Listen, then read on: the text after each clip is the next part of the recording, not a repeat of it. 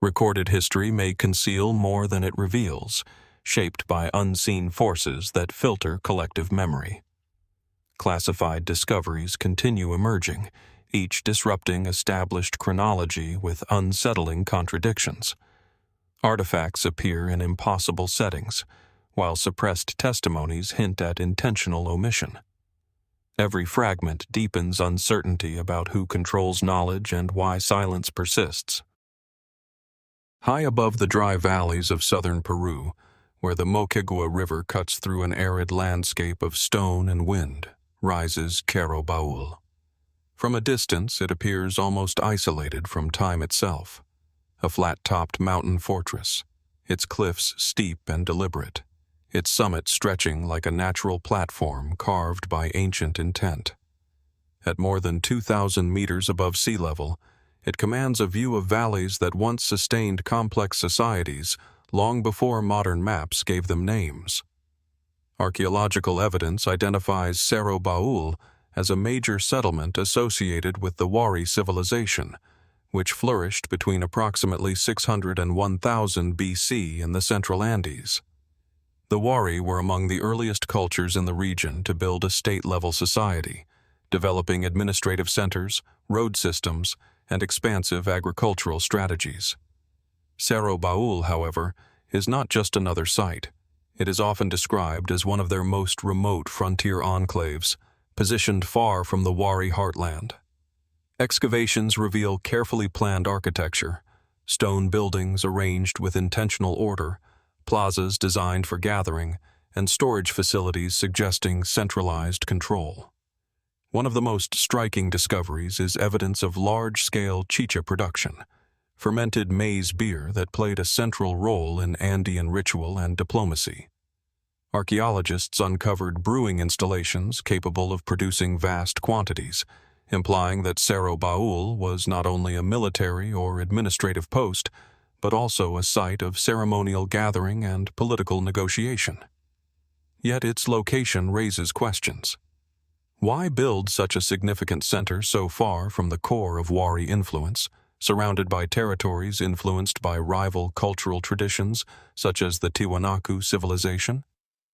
The Andes at this time were not a unified landscape, but a mosaic of competing and interacting societies, each shaping trade routes, belief systems, and territorial control. Some interpretations suggest Cerro Baúl functioned as a strategic outpost, a symbol of Wari presence inserted deep into a contested frontier zone. Others propose a more complex relationship between Wari and Tiwanaku influence in the region, pointing to evidence of cultural exchange, shared iconography, and overlapping traditions that do not fit neatly into models of constant conflict. One of the most discussed episodes in Cerro Baúl's history is its final abandonment. Archaeological layers indicate signs of destruction and deliberate closure.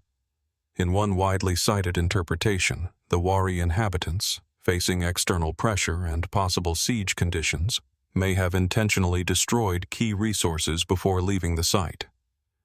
Among the most evocative findings is evidence suggesting that brewing facilities were dismantled or burned, an act some researchers interpret as symbolic closure, perhaps ensuring that a vital communal resource would not fall into rival hands. But even here, certainty dissolves into interpretation. Was this destruction an act of resistance or a negotiated withdrawal? Was Cerro Baúl abandoned suddenly under threat, or gradually as political networks shifted across the Andes? The material record preserves traces but not intentions. Later, during the expansion of the Inca Empire centuries after the decline of Wari influence, the Moquegua region became part of a vast imperial landscape. The Inca reorganized territories, integrating older structures into new systems of governance. Whether Cerro Baúl held any significant role during this later period remains debated, though its imposing presence suggests it would not have gone unnoticed. What makes Cerro Baúl particularly compelling is not only what has been uncovered, but what remains uncertain. The mountain still holds its silence. Layers of occupation, modification, and abandonment are stacked beneath its surface, each one partially erased by time and environmental erosion. Even modern excavation can only reach fragments of what once existed. Standing at its summit today, one can still look out across valleys that have changed little in appearance, yet carry entirely different histories beneath their soil. The wind moves across stone foundations where people once gathered, debated, produced, and perhaps prepared for departure. The questions left behind are not only about events, but about decisions. Why here? Why then? And under what pressures a society chooses to withdraw from a place it once built with such intention. And so Cerro Baúl remains suspended between certainty and speculation, its stones offering evidence without full explanation. What other layers lie beneath its summit, still untouched or misread? And how many stories were never recorded at all, disappearing long before the first excavation began? From the high stone summit of Cerro Baúl, where ancient hands once shaped a frontier of power and ceremony, the narrative does not truly end. It simply shifts across oceans and millennia. As if following an invisible thread through human memory, the story moves from the arid heights of the Andes to the eastern edge of the Mediterranean world, where another silent mound rises from the Cypriot landscape, Kalavasos-Tenta. Nestled near the modern village of Kalavasos in Cyprus, Kalavasos-Tenta appears at first as a low, almost modest elevation in the earth. Yet beneath its protective canopy lies one of the most significant Neolithic settlements in the eastern Mediterranean. Dating back to approximately 7,000 to 6,000 BC, it belongs to a world that predates written language, metal tools, and the rise of the civilizations that would later define human history. Unlike the monumental stone cities of later eras, Kalavasos-Tenta was built in mud brick and stone, its circular dwellings arranged in patterns that suggest early forms of social organization.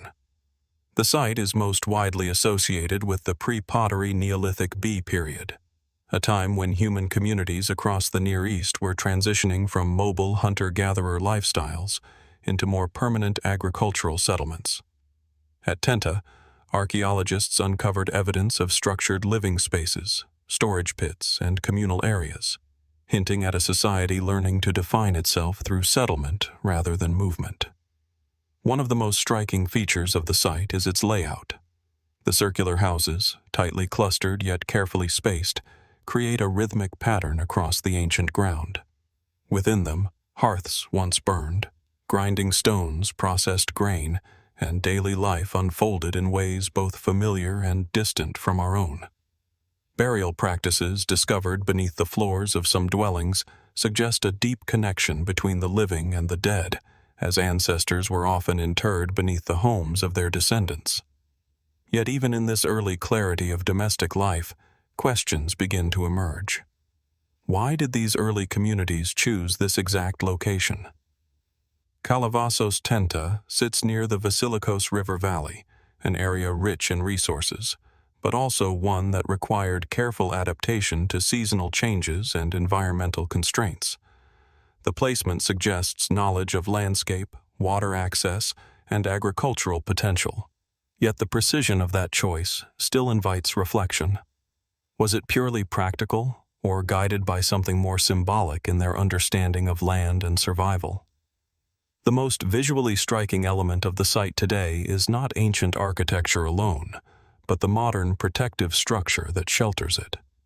A large, tent-like canopy covers the excavation area, preserving fragile remains from erosion and weathering. This contemporary intervention creates an unusual visual contrast. Prehistoric life preserved beneath a geometric modern shell, as if two different interpretations of shelter are layered across time. As excavations progressed, archaeologists uncovered figurines, tools, and fragments of early symbolic expression.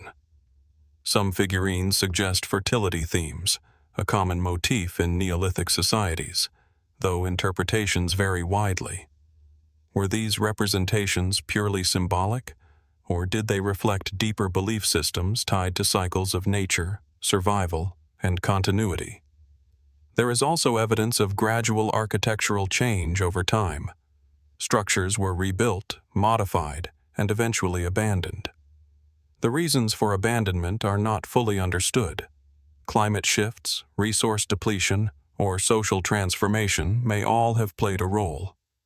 But the archaeological record, while detailed in material remains silent on intention.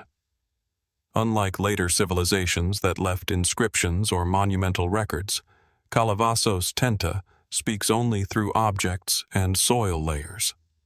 There are no written explanations, no recorded names, no declared histories. Everything must be interpreted through pattern, repetition, and absence. And absence, in archaeology, often carries as much weight as presence. Some researchers have noted that Neolithic Cyprus shows connections with broader cultural movements across the Near East. Ideas, agricultural practices, and possibly even symbolic traditions appear to have traveled across regions separated by sea and distance. This raises a subtle but persistent question. How interconnected were these early communities, and how much of their world remains unseen beneath the gaps in the archaeological record? Could Kalavasos-Tenta have been part of a wider network of early settlements sharing knowledge across water routes long before formal trade systems existed? Or was it an isolated adaptation, shaped independently by local conditions, its similarities to other sites emerging not from contact, but from shared human necessity? Even the act of building here invites reflection. The circular architecture suggests continuity, enclosure, and collective identity. Unlike rectangular structures that emphasize direction and hierarchy, circular forms imply equality and repetition, perhaps reflecting early social organization where boundaries between individual and community were still fluid. Yet despite these interpretations, the site remains fragmentary in its narrative. The daily lives of its inhabitants are partially visible, but their beliefs, conflicts, and decisions remain largely inaccessible.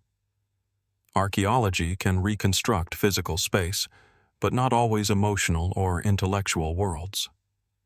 Standing at Kalavasos-Tenta today, one sees layers of time compressed into a single protected space.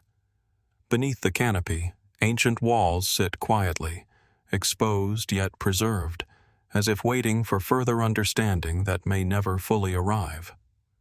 The wind outside moves across Cyprus as it did thousands of years ago, indifferent to the human effort to interpret it. And so the questions remain, subtle but persistent. What drove these early people to organize their lives in this precise way? What meanings did they assign to the spaces they built and the objects they left behind? And how much of their world has already been lost, not through destruction, but through the simple passage of time and the limits of interpretation? From Cerro Baúl's elevated silence in the Andes to Kalavasos-Tenta's buried geometry in Cyprus, the thread continues, not as answers, but as echoes. From the quiet remains of Kalavasos-Tenta in Cyprus, where early communities once shaped their first settled rhythms of life, the narrative continues to drift across the Mediterranean Sea. As if following an invisible thread of human development, the story moves westward through time and water, toward the island of Crete. Here, among rolling hills and olive groves near the modern town of Malia, another silent structure rests beneath layers of earth and memory, the Malia Palace. The Malia Palace archaeological site lies on the northern coast of Crete, facing the Aegean Sea. Today, it appears as a complex arrangement of stone foundations, courtyards, and corridors exposed to the open sky.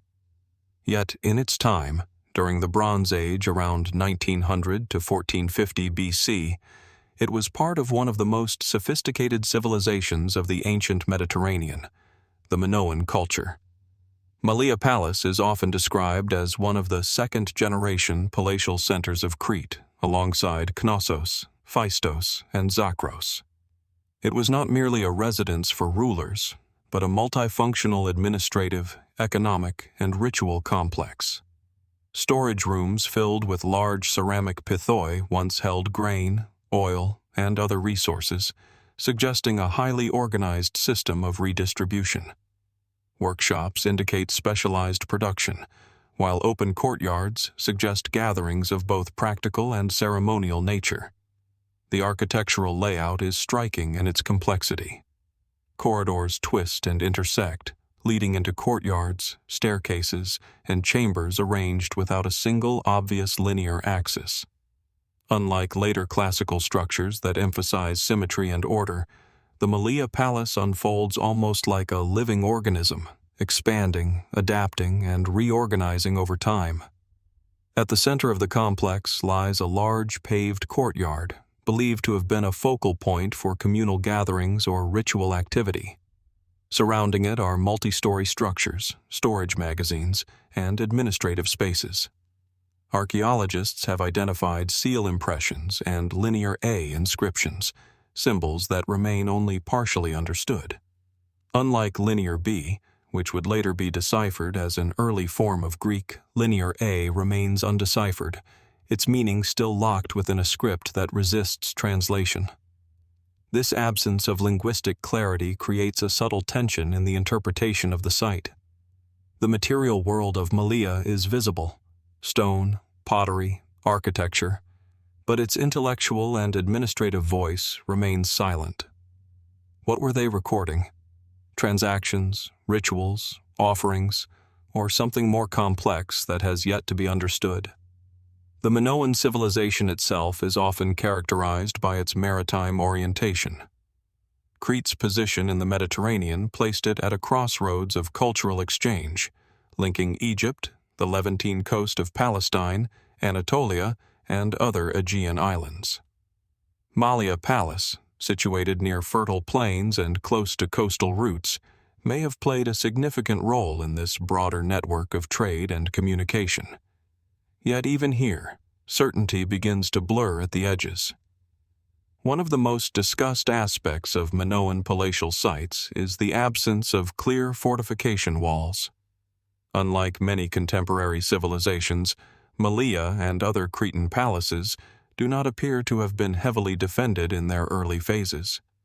This has led to long-standing questions about the nature of security in Minoan society. Was their power derived from naval dominance, diplomatic relationships, or something less visible than military architecture suggests? Some interpretations propose that Minoan society may have relied on control of maritime routes rather than territorial defense. Others suggest that the island's geography itself provided natural protection, reducing the need for fortified structures. Yet the absence of walls still invites reflection. Was this a sign of stability, or a vulnerability that only becomes visible in hindsight? Malia Palace experienced multiple phases of construction and destruction. The original structure, built around 1900 BC, was destroyed and rebuilt, possibly due to seismic activity, a common occurrence in the region. The later palace, rebuilt on the same site, reflects an even greater level of architectural complexity. However, around 1450 BC, many Minoan palatial centers, including Malia, were again razrish, abandoned or destroyed during a period of widespread transformation across Crete. The cause of this decline remains debated. Some theories point to natural disasters, including earthquakes or volcanic activity from the eruption of Thera, modern Santorini. Others suggest internal social upheaval or external influence from mainland powers. The archaeological record provides layers of destruction, but not a definitive explanation for the collapse of the system that once sustained these palatial centers.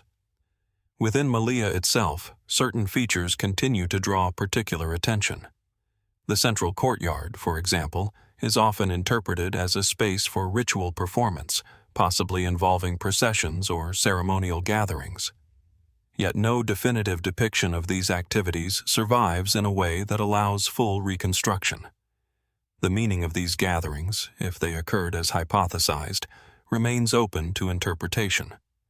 Nearby, The so-called Quartier Mu area has revealed workshops and storage facilities suggesting high levels of specialization.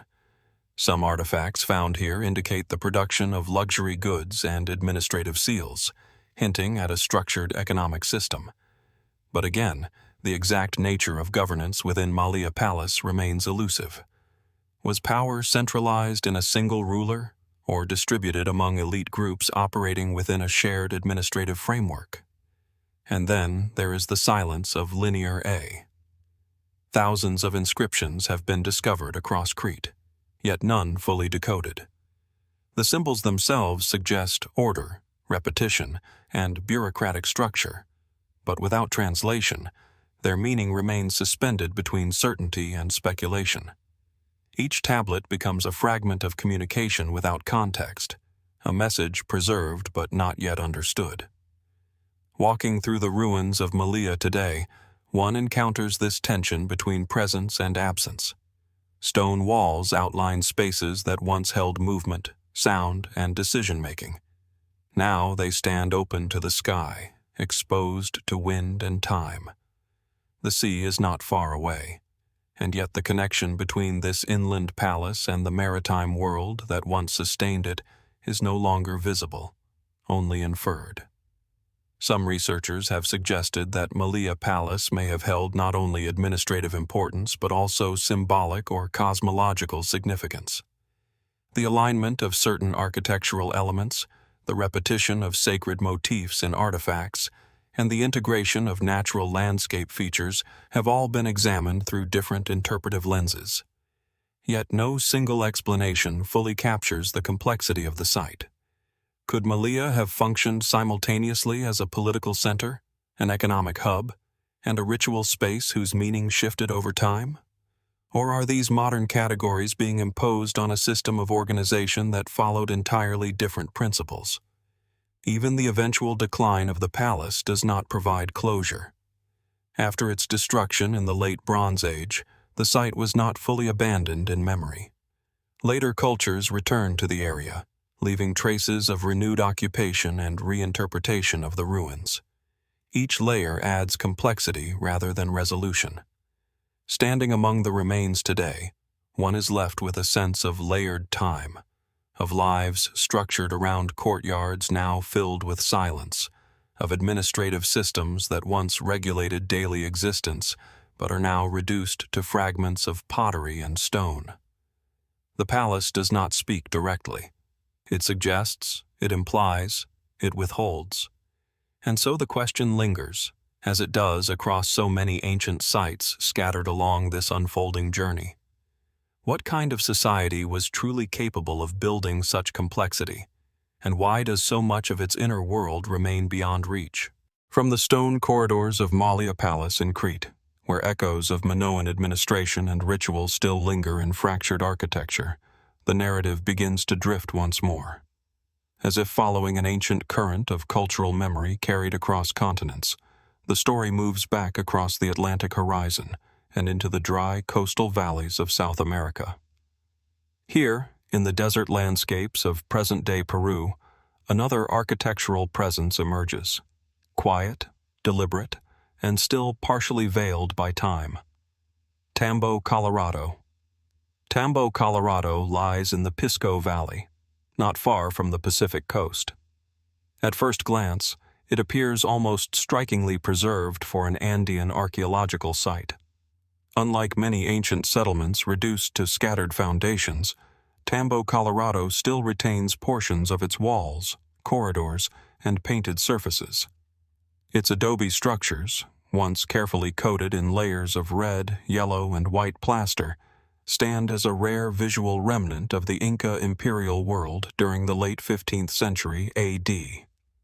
The site is widely associated with the Inca Empire during the reign of Pachacuti and his successors, a period when Inca expansion extended across vast regions of the Andes. Tambo Colorado is believed to have functioned as an administrative center, a military way station, and possibly a ceremonial lodge along the Inca road system, part of the broader Capacñan network that connected distant territories under imperial control. The name itself, Tambo Colorado, is of Spanish origin, meaning colored in, a reference to the faded pigments still visible on its walls when European observers first encountered the site centuries after the fall of the Inca Empire. The original Quechua name has not been definitively preserved, leaving even its identity partially filtered through later interpretation. Approaching the site today, one is met with a rectangular complex arranged around open courtyards. The architecture reflects the characteristic Inca emphasis on precision stonework, though here adobe rather than finely cut stone dominates the structure. Rooms are organized in a structured yet adaptable layout, suggesting both administrative function and temporary occupation. Some chambers appear residential, others storage-oriented, while central plazas may have served communal or ceremonial purposes. What makes Tambo Colorado particularly intriguing is not only its structure, but its preservation of color. Traces of red ochre, yellow, and white pigment still cling to portions of its walls. In the context of the Andes, color was not merely decorative.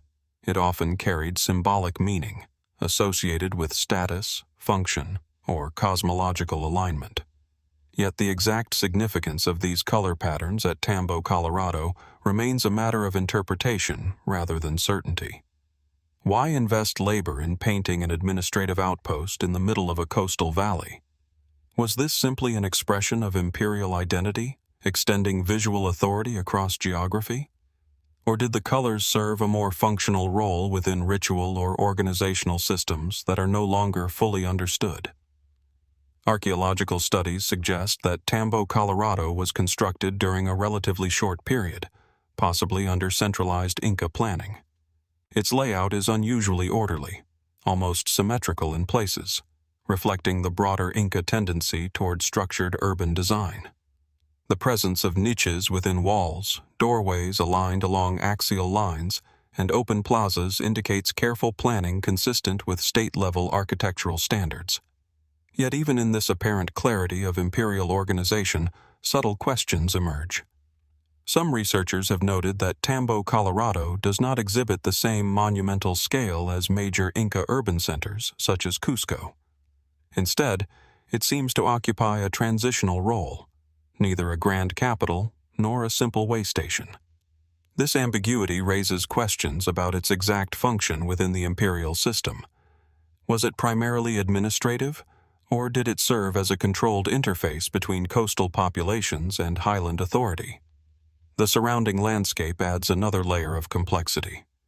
The Pisco Valley is a region of ecological transition, where coastal desert meets irrigated agricultural zones. Control of water in such environments was essential.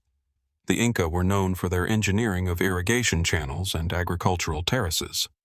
But in this specific valley, the extent and organization of such systems remain partially reconstructed from fragmentary evidence. Some interpretations suggest that Tambo Colorado may have functioned as a logistical hub, regulating movement of goods, people, and information between the coast and interior highlands. Others propose that it held ceremonial significance linked to state rituals of integration and control, rituals that reinforced imperial cohesion across diverse and geographically separated populations. There are also more interpretive perspectives, not universally accepted but still discussed within broader archaeological discourse, that view sites like Tambo Colorado as part of a layered cultural landscape where administrative, ritual, and symbolic functions were not separate categories, but interwoven aspects of governance. In such a framework, architecture itself becomes a medium of communication, one that expresses authority not through text, but through spatial experience, color, and movement. Yet the lived experience of those who once occupied Tambo Colorado remains largely inaccessible. Who walked through these courtyards? What decisions were made within these painted rooms? Were these spaces occupied continuously, or only during specific administrative cycles or ceremonial events? The material remains do not fully resolve these questions. Even the pigments that still cling to the walls raise subtle uncertainties. How vibrant did these colors once appear under sunlight? Did they convey meaning visible only to those initiated into specific cultural codes? Or were they part of a broader visual language of empire designed to signal order and presence across vast distances? Over time, Tambo Colorado was eventually abandoned following the collapse of the Inca Empire after the arrival of Spanish forces in the 16th century A.D. As imperial structures dissolved, many administrative centers were left without their original purpose. Yet unlike some sites that were destroyed or repurposed extensively, Tambo Colorado remained partially intact, slowly fading into the desert landscape. Today, wind moves through its corridors. Light shifts across its walls, revealing and concealing traces of pigment depending on time of day and angle of observation. The structure feels both complete and incomplete at once, a preserved fragment of a system that once extended across mountains, valleys, and coasts. And still, the questions persist quietly beneath its surfaces. Was Tambo Colorado simply a functional node in a vast imperial network? Or did it hold a significance that extended beyond administration and logistics?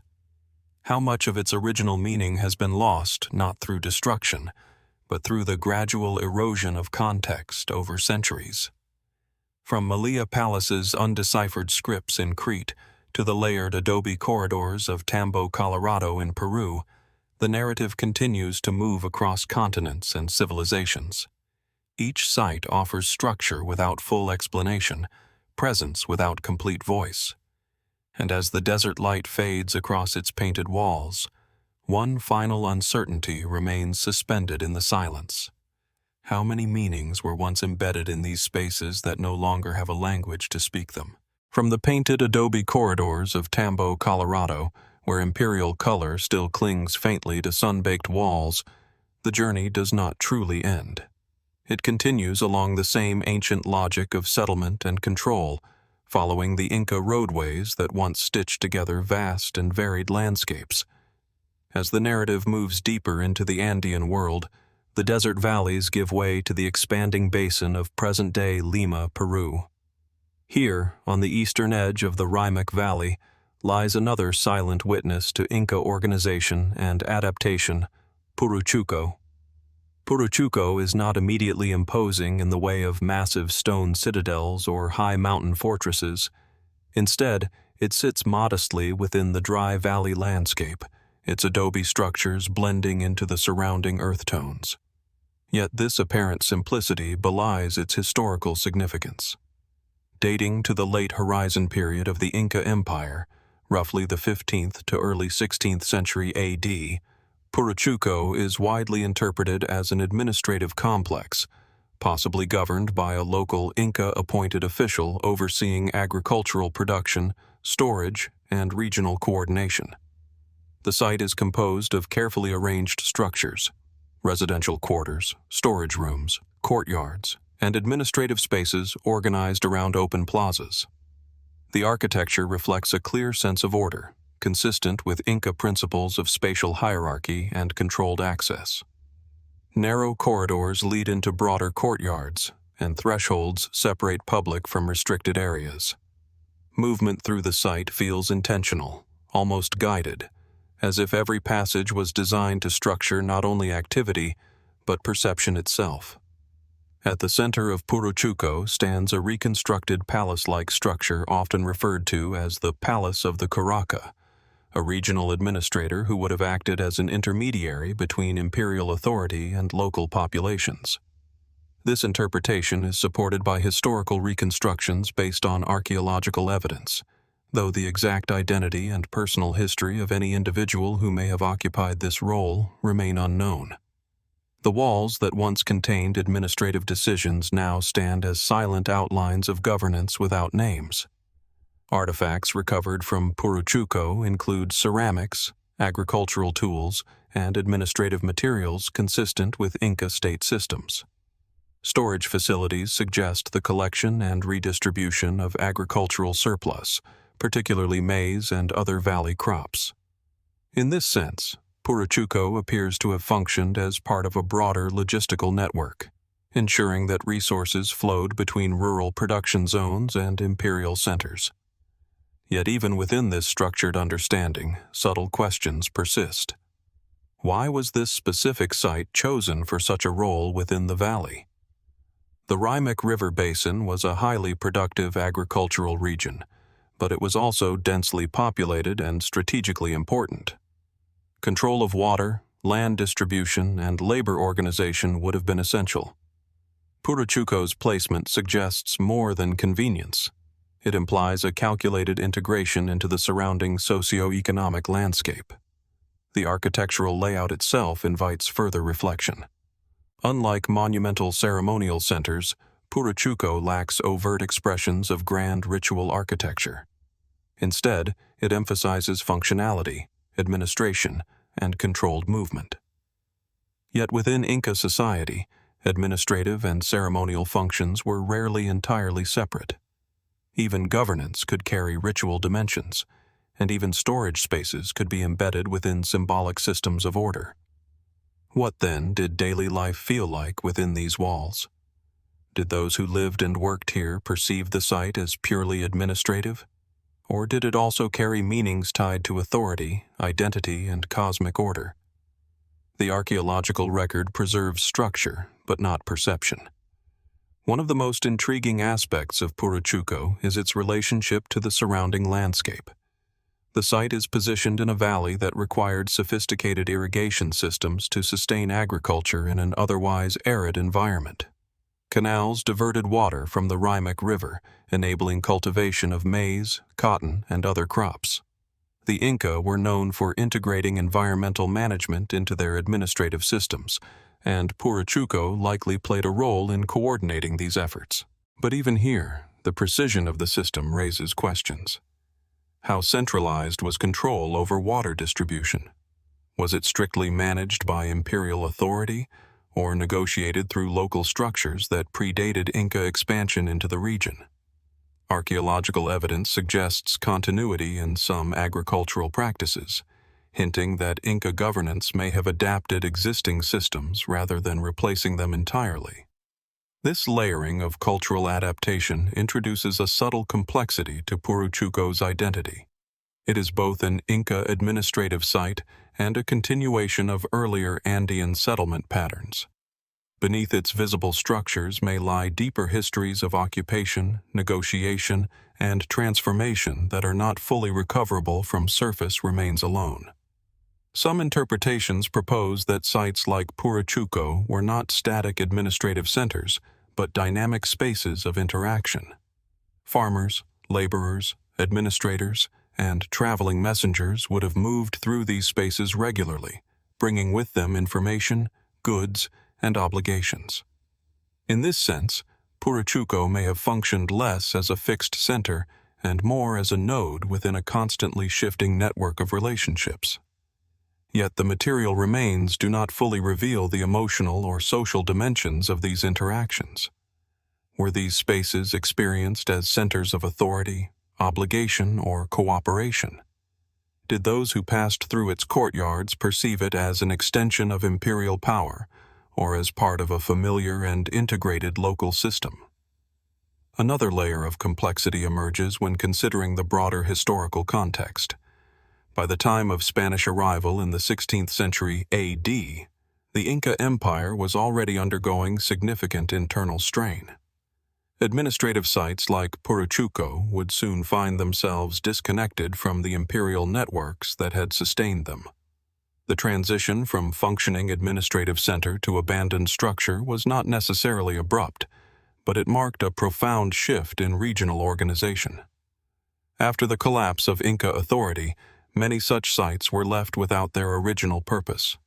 Some were repurposed by colonial systems, while others gradually faded into the landscape. Puruchuco, however, remained physically present, its adobe walls slowly eroding but still recognizable as structured space. Over centuries, it became an archaeological site, interpreted and reinterpreted through different academic and cultural lenses.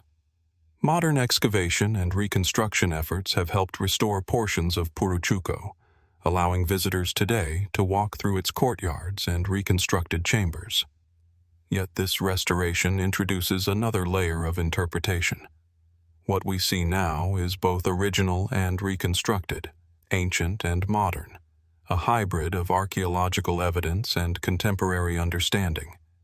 This raises an important question about perception itself. When standing within Puruchuco today, are we experiencing the site as it once was, or as it has been reconstructed to be understood? How much of its original atmosphere can truly be recovered, and how much has been inevitably shaped by modern interpretation? Even the silence of the site is not neutral. It is a silence filled with inferred activity, administration, labor, communication, and movement reconstructed through material traces. But the actual voices, decisions, and experiences remain absent. Archaeology can suggest structure, but not always intention. And so Puruchuco remains suspended between clarity and ambiguity. It is clearly an administrative site, yet its full social and symbolic meaning resists complete definition. It is part of a known imperial system, yet still retains traces of local adaptation and continuity that complicate any singular narrative. Walking through its corridors today, one might notice how space guides movement, how walls define perception, how courtyards open into controlled visibility. These architectural choices suggest a sophisticated understanding of human organization, yet their deeper implications remain open to interpretation. What kind of society built such spaces not only to function, but to structure experience itself? And how many layers of meaning, administrative, social, symbolic, are still embedded within these walls, waiting to be understood in ways that current knowledge has not yet reached? From Tambo Colorado's painted adobe in the coastal desert to Puruchuco's quiet administrative courtyards in the Rimac Valley, the pattern continues. Each site offers structure, function, and presence, yet also leaves behind an echo of something not fully spoken. And as the wind moves through the reconstructed chambers of Puruchuco, the question lingers in the dry air. How much of this ancient system of order has truly been understood, and how much still lies beneath interpretation, waiting in silence for a language capable of reading it more completely? From the quiet administrative corridors of Puruchuco, where Inca order once shaped movement, labor, and memory within the Rimac Valley, the narrative begins to drift once again. The structured geometry of imperial governance does not end so much as dissolve into something older, broader, and more fragmented. As if the Andes themselves hold layered memories of civilizations rising and fading, the story now turns back into the highlands of Peru, where stone cities lie scattered across elevated plateaus and remote valleys. Here, far from coastal deserts and valley floors, the remains of an even earlier imperial experiment emerge: the Wari Ruins. The Wari archaeological sites are not defined by a single city alone, but by a vast network of centers spread across the central Andes. Among them, the site often referred to as the capital, near present-day Ayacucho, stands as one of the most significant expressions of early Andean urbanism. At its height, between approximately 600 and 1000 AD, the Wari civilization developed what many researchers consider one of the first large-scale imperial systems in South America, predating the Inca by centuries. Approaching the Wari ruins today, the landscape feels both expansive and fragmented. Stone walls rise from the earth in irregular patterns, forming compounds, enclosures, and corridor-like spaces that hint at planned urban design. Unlike later Inca architecture, which often emphasizes precise stone fitting and visible monumental clarity, Wari construction frequently appears more modular, sometimes almost experimental in its layout. Adobe and stone were used together, forming structures that suggest both permanence and adaptability. At first glance, the ruins may seem understated compared to later imperial sites. Yet, archaeological investigation reveals a far more complex picture beneath the surface. The Wari developed administrative centers, road networks, and planned settlements across a wide territorial range, extending influence into regions that would later become key components of the Inca Empire. In this sense, the Wari are often understood not only as a civilization, but as an early model of imperial organization in the Andes. Excavations at Wari sites reveal carefully organized residential compounds, storage facilities, and ceremonial spaces. Some areas appear to have been designed for administrative control, with evidence of centralized resource management. Large quantities of ceramic vessels, particularly storage jars, suggest systems of redistribution that may have supported a broader network of dependent communities. Yet even within this structured interpretation, questions begin to form. Why did the Wari develop such a wide-reaching system at this specific point in Andean history? What conditions allowed for the emergence of this level of organization centuries before the rise of the Inca? Climate, agricultural innovation, and social consolidation are often cited as contributing factors, but the precise combination of forces remains open to interpretation. One of the most striking aspects of Wari sites is their spatial organization. Many settlements appear divided into distinct sectors, sometimes interpreted as administrative, residential, and ceremonial zones. However, the boundaries between these categories are not always clear. Unlike later civilizations that often separate sacred and administrative architecture more distinctly, Wari spaces sometimes blend these functions in ways that resist simple classification. Could this suggest a different conceptual understanding of governance and ritual?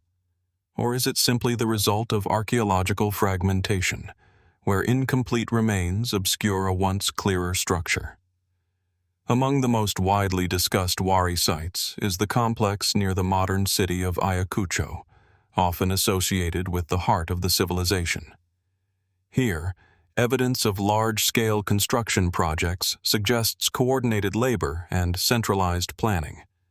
Walls enclose vast areas, while internal divisions hint at regulated access and organized movement.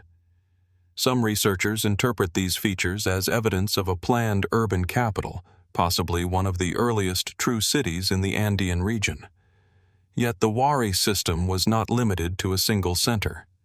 Satellite sites across the highlands and coastal regions indicate a network of influence rather than a singular urban core. This decentralized yet coordinated pattern raises questions about how authority was maintained across such distances without modern communication systems. Was control exerted through administrative personnel stationed in regional centers? Or did the Wari operate through a more flexible system of cultural integration, economic dependency, and shared ideology? Artifacts recovered from Wari contexts provide further complexity. Distinctive ceramic styles, often featuring abstract geometric designs and stylized figures, appear across multiple sites.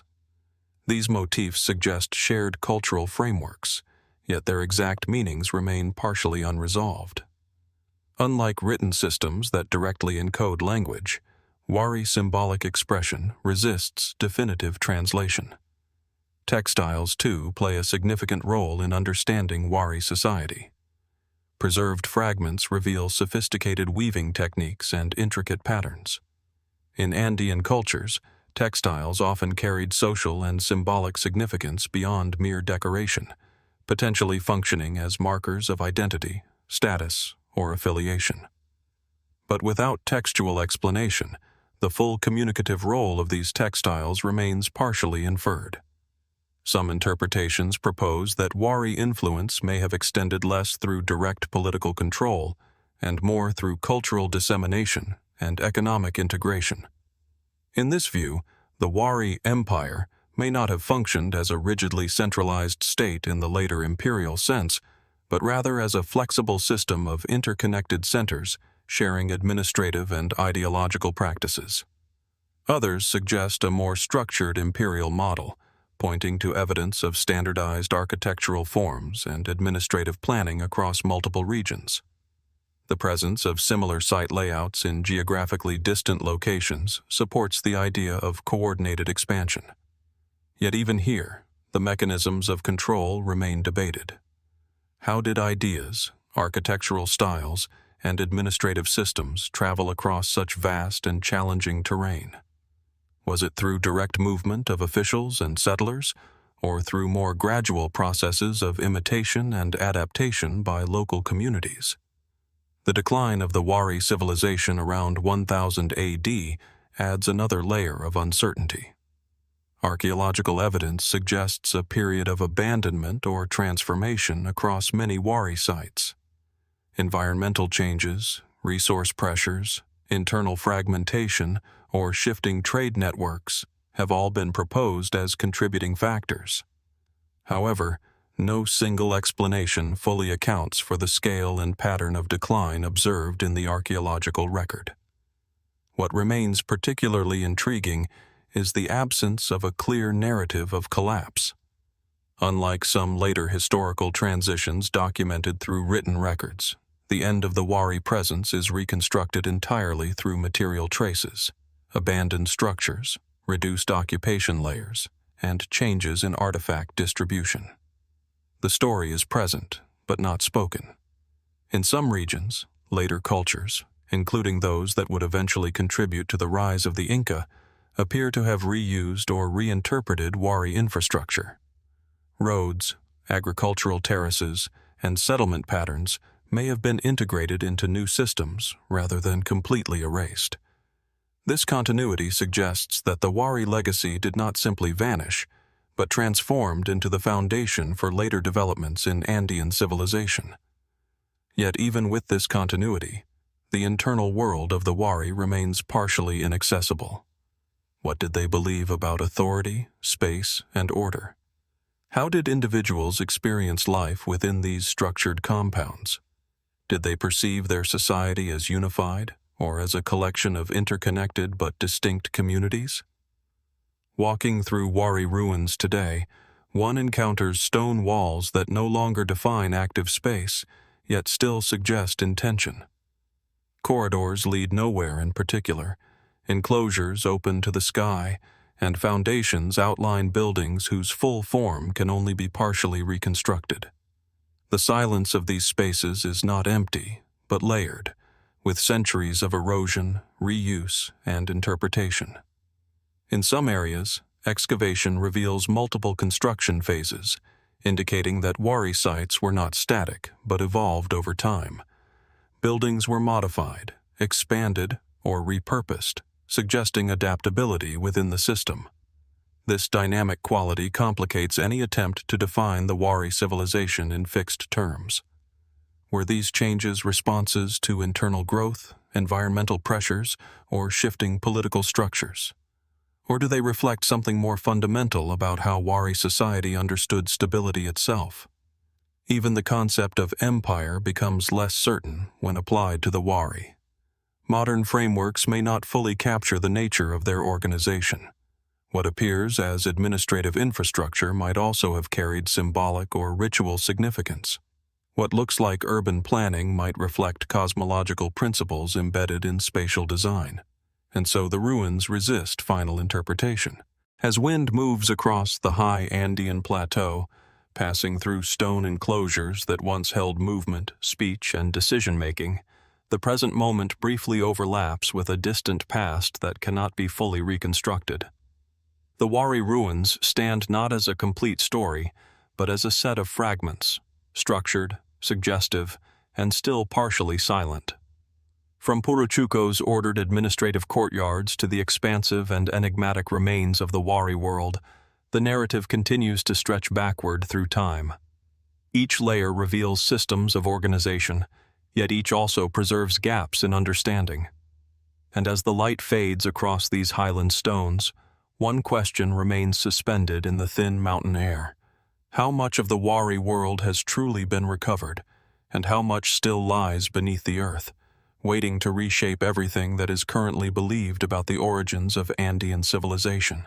From the fragmented outlines of Wari settlements scattered across the Andean highlands, where stone walls still whisper of early imperial ambition, the narrative continues to move through time and elevation.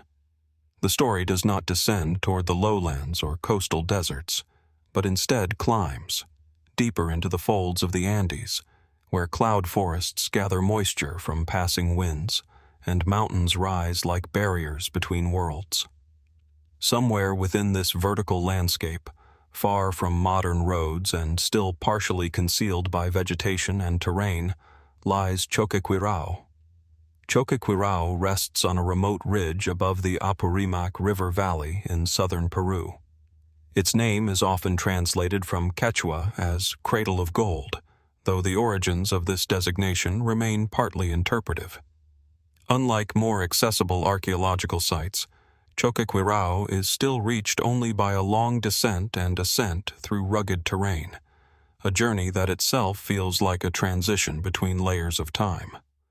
The site emerges gradually from the mist, its terraces clinging to steep mountainsides, its stone structures arranged in deliberate alignment with the contours of the landscape. At first encounter, Choquequirao appears both familiar and unfamiliar within the broader context of Inca architecture. It shares the unmistakable characteristics of imperial Andean design: finely cut stonework in key structures, agricultural terraces carved into slopes, and carefully organized plazas that define communal space. Yet its scale, isolation, and partial excavation give it a different presence, less like a finished historical record and more like an unfolding chapter still being read. Archaeological evidence identifies Choquequirao as a late Inca site, likely constructed and used during the 15th and early 16th centuries AD, during the height of the Inca Empire and into its final decades before the arrival of Spanish forces. It is often interpreted as an administrative, ceremonial, and possibly strategic center linked to the broader network of Inca roadways and mountain settlements. One of its most striking features is the extensive system of agricultural terraces that cascade down the mountainside. These terraces are not merely functional. They represent an intricate adaptation to extreme elevation changes and unstable terrain. Retaining walls, irrigation channels, and carefully layered soils demonstrate advanced engineering knowledge. Yet beyond their agricultural purpose, these terraces also shape the visual identity of the site, transforming the mountain itself into a structured, human-ordered landscape. What kind of planning was required to conceive such a transformation? And how many generations of labor were embedded into the very slopes that now appear so still? Above the terraces lie ceremonial and residential sectors, including plazas, storage structures, and stone buildings that suggest administrative use. Some areas contain distinctive architectural features, such as trapezoidal doorways and niches embedded into walls, consistent with Inca construction principles observed across the empire. However, Choquequirao also contains unique elements not fully mirrored in other sites, including unusual symbolic carvings and arrangements of white stone figures on certain terraces. Among the most discussed features are the so-called llamas of the sun, white stone inlays arranged in patterns that appear to depict camelids along a terrace wall. Their precise meaning remains open to interpretation. Some researchers suggest agricultural symbolism, possibly linked to fertility, livestock, or seasonal cycles. Others propose ritual or astronomical significance, pointing to the possibility that these figures may encode information beyond purely decorative intent. Yet without written explanation, the intention behind these designs remains suspended between certainty and speculation. The site's isolation has played a significant role in both its preservation and its mystery. Unlike more heavily documented Inca centers such as Cusco or Machu Picchu, Choquequirao remained largely inaccessible to outside exploration until relatively recent times.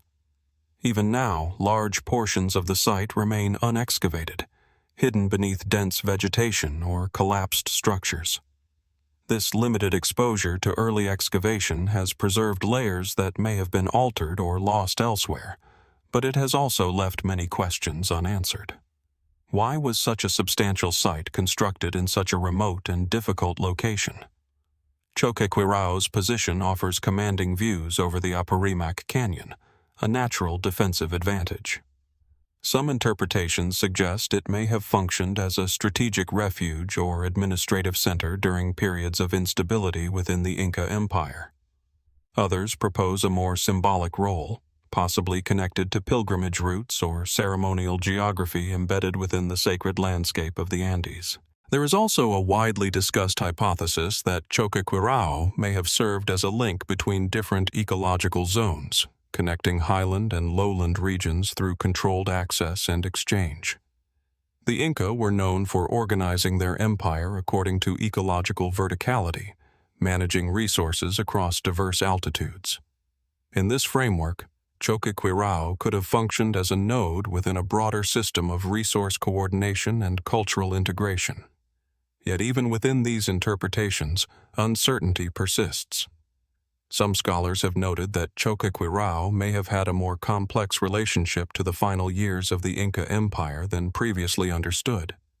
Its occupation appears to have extended into the period of Spanish arrival, though the exact nature of its use during this time remains unclear. Was it actively inhabited during the empire's collapse, or was it already transitioning into abandonment as imperial structures weakened?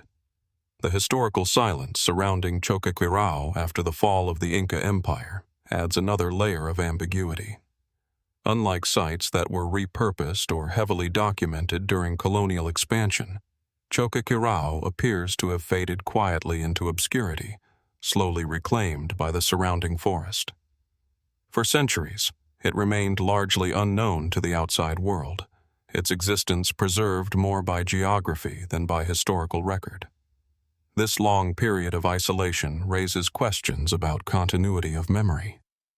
Did local communities maintain awareness of the site through oral tradition? Or did Choquequirao become, over time, a place that existed physically but not narratively, absent from the written and spoken histories that followed?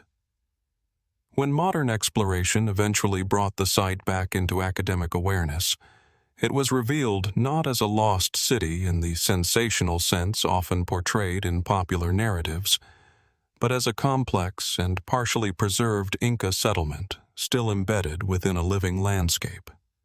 Even now, excavation continues gradually, revealing new sections of terraces, buildings, and pathways that refine but do not fully resolve its historical interpretation.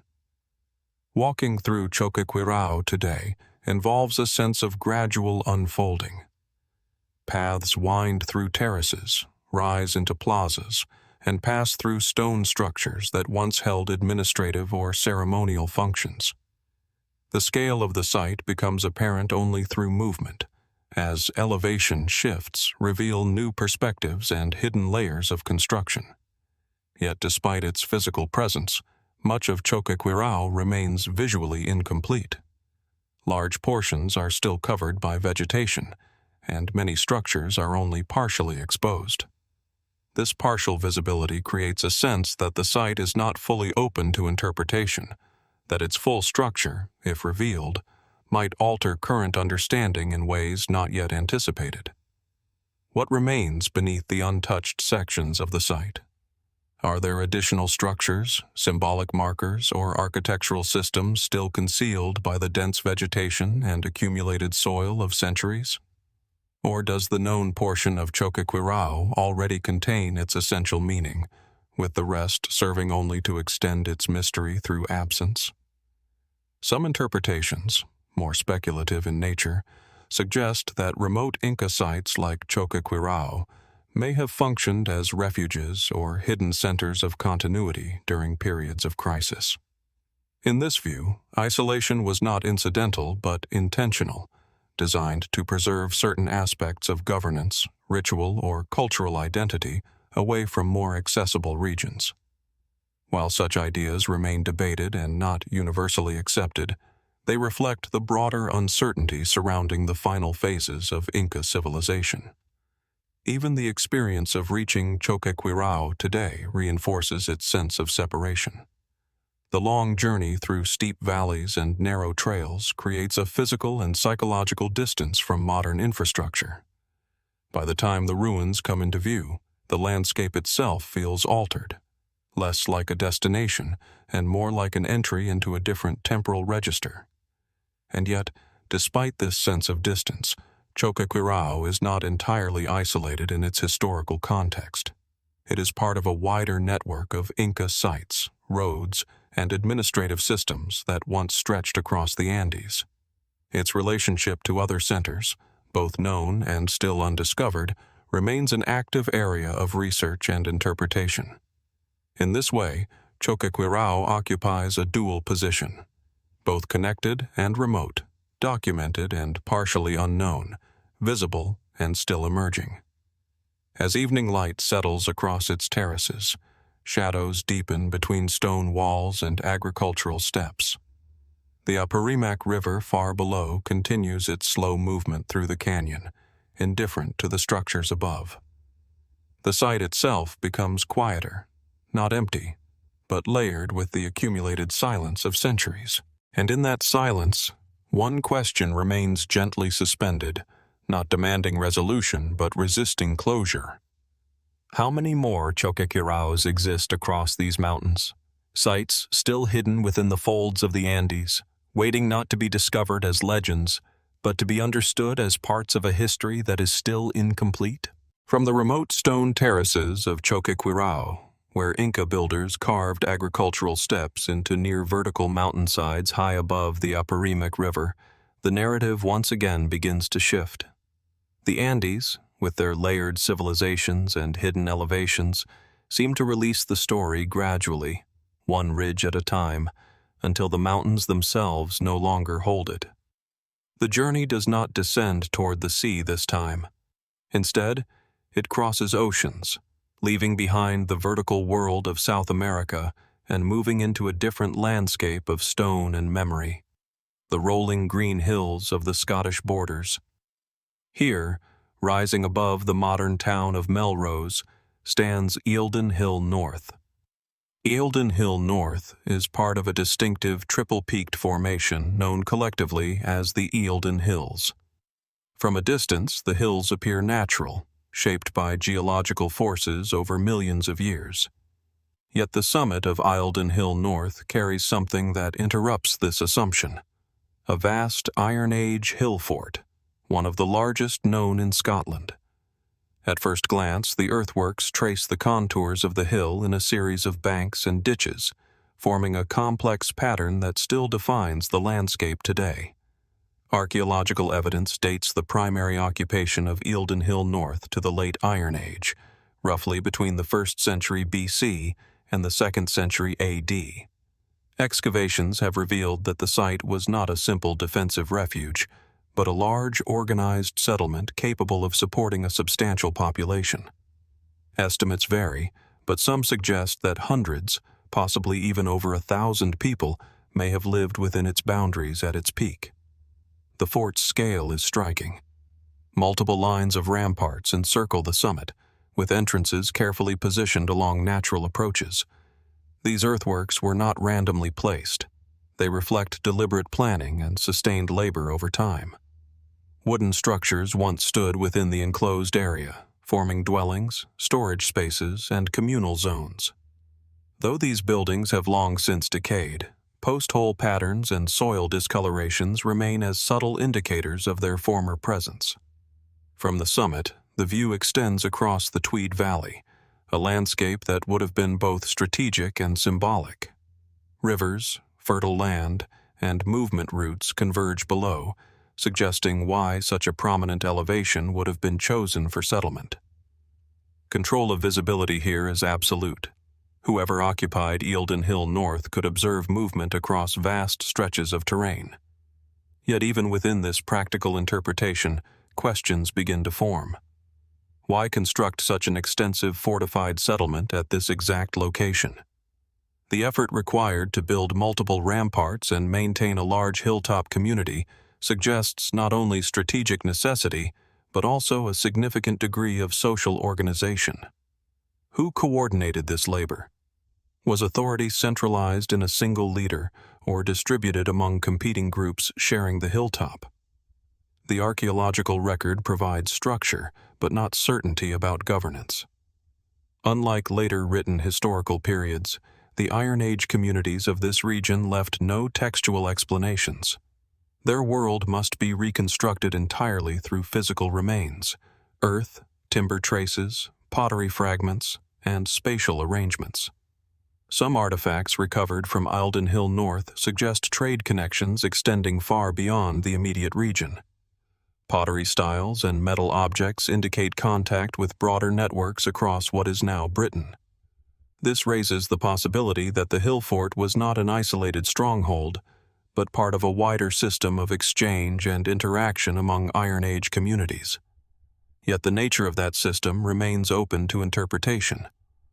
Was it primarily economic, based on trade and resource exchange? Or did it also carry social and symbolic dimensions, where hill forts like Eildon Hill North functioned as visible markers of identity, power, or territorial belonging? The structure of the fort itself invites further reflection. The multiple ramparts suggest phases of expansion or reinforcement over time. Each additional layer of earthwork may represent shifts in social organization, population pressure, or external threats. But they may also reflect something less tangible: changes in how the community understood its relationship to the surrounding landscape. One of the most intriguing aspects of Eildon Hill North is its scale relative to other Iron Age sites in the region. It is unusually large, prompting long-standing questions about its role within regional settlement patterns. Was it a central hub, drawing people from surrounding areas during certain periods?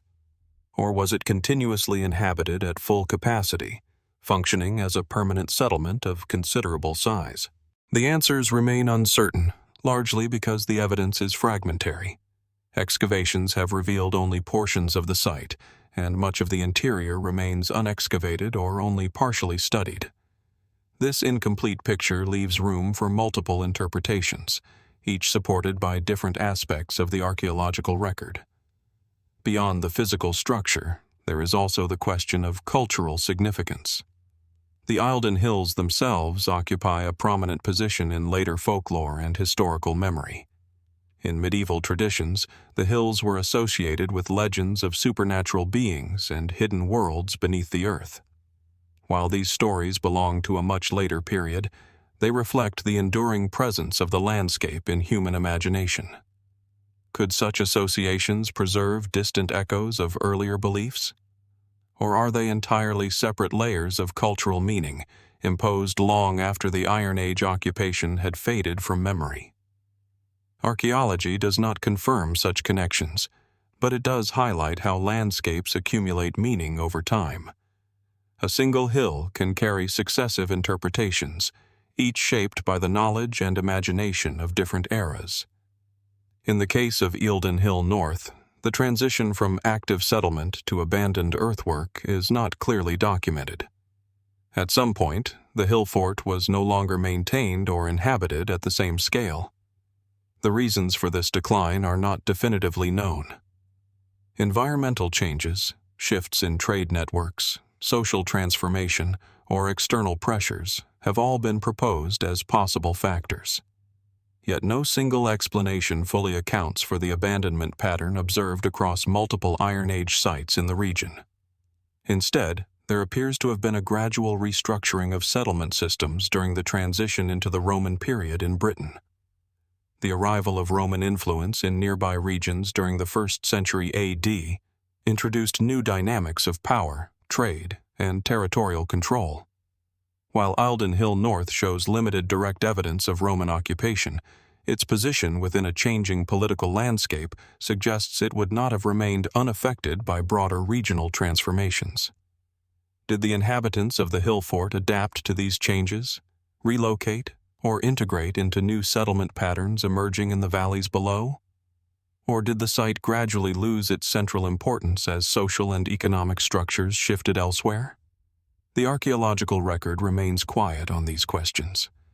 Today, walking along the earthworks of Eildon Hill North, one encounters a landscape that still retains the imprint of human design. The ramparts curve along the hill's contours, subtly shaping movement and perception. Grass now covers what once were defensive structures, and wind moves freely across spaces that once held wooden buildings and enclosed activity. From certain points on the hill, the surrounding countryside unfolds in wide, panoramic views. It is easy to imagine why such a place would have been significant, not only for defense, but for orientation, visibility, and perhaps even identity formation within the community that once lived here. Yet the absence of written records means that interpretation must remain cautious. Archaeology can reveal structure, but not intention. It can map settlement, but not fully reconstruct meaning. And so Eildon Hill North remains both visible and incomplete. Its earthworks are clear, but its story is only partially accessible. Each rampart suggests effort, organization, and continuity, yet the reasons behind its scale and eventual decline remain open to question. Some researchers suggest that hill forts like this may have functioned as more than defensive sites. They may have been centers of social gathering, redistribution, and seasonal assembly, where communities came together for events tied to agricultural cycles or political negotiation. Others emphasize their strategic importance in periods of instability, viewing them primarily as fortified refuges in a fragmented landscape. Both interpretations may hold elements of truth, yet neither fully resolves the complexity of the site. Even the relationship between the hill fort and the surrounding landscape invites further reflection. Eildon Hill North does not exist in isolation. It is part of a broader network of Iron Age sites across the region.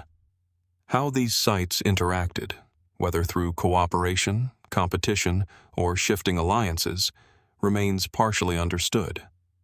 And beneath all of this lies a quieter question, one that archaeology can only approach indirectly. What did this place mean to the people who built and lived within it?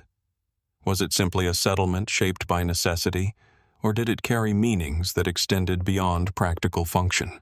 Standing on the summit today, with the wind moving across ancient earthworks and the valley stretching below, the sense of layered time becomes almost tangible. The present and the past coexist without fully merging. The structures remain, but their meanings have drifted. And so the question lingers, not as an answer to be resolved, but as an open horizon of interpretation. How much of Eildon Hill North has truly been understood, and how much of its original world still rests quietly beneath the grass, waiting for a language capable of reading it more completely? From the sweeping earthworks of Eildon Hill North in the misty Scottish borders, where Iron Age communities once shaped hilltop life into vast, fortified landscapes, the narrative begins to loosen again, untethering itself from the green highlands of northern Europe and drifting outward across continents and time. The story, as if carried by currents of forgotten trade winds and ancient migration routes, now moves westward across the Atlantic, descending into a very different landscape of stone, dust, and silence.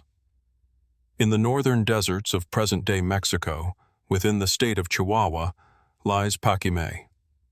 Paquimé, also known as Casas Grandes, emerges from the desert not as a single monumental structure, but as a sprawling architectural complex partially reclaimed by sand and time.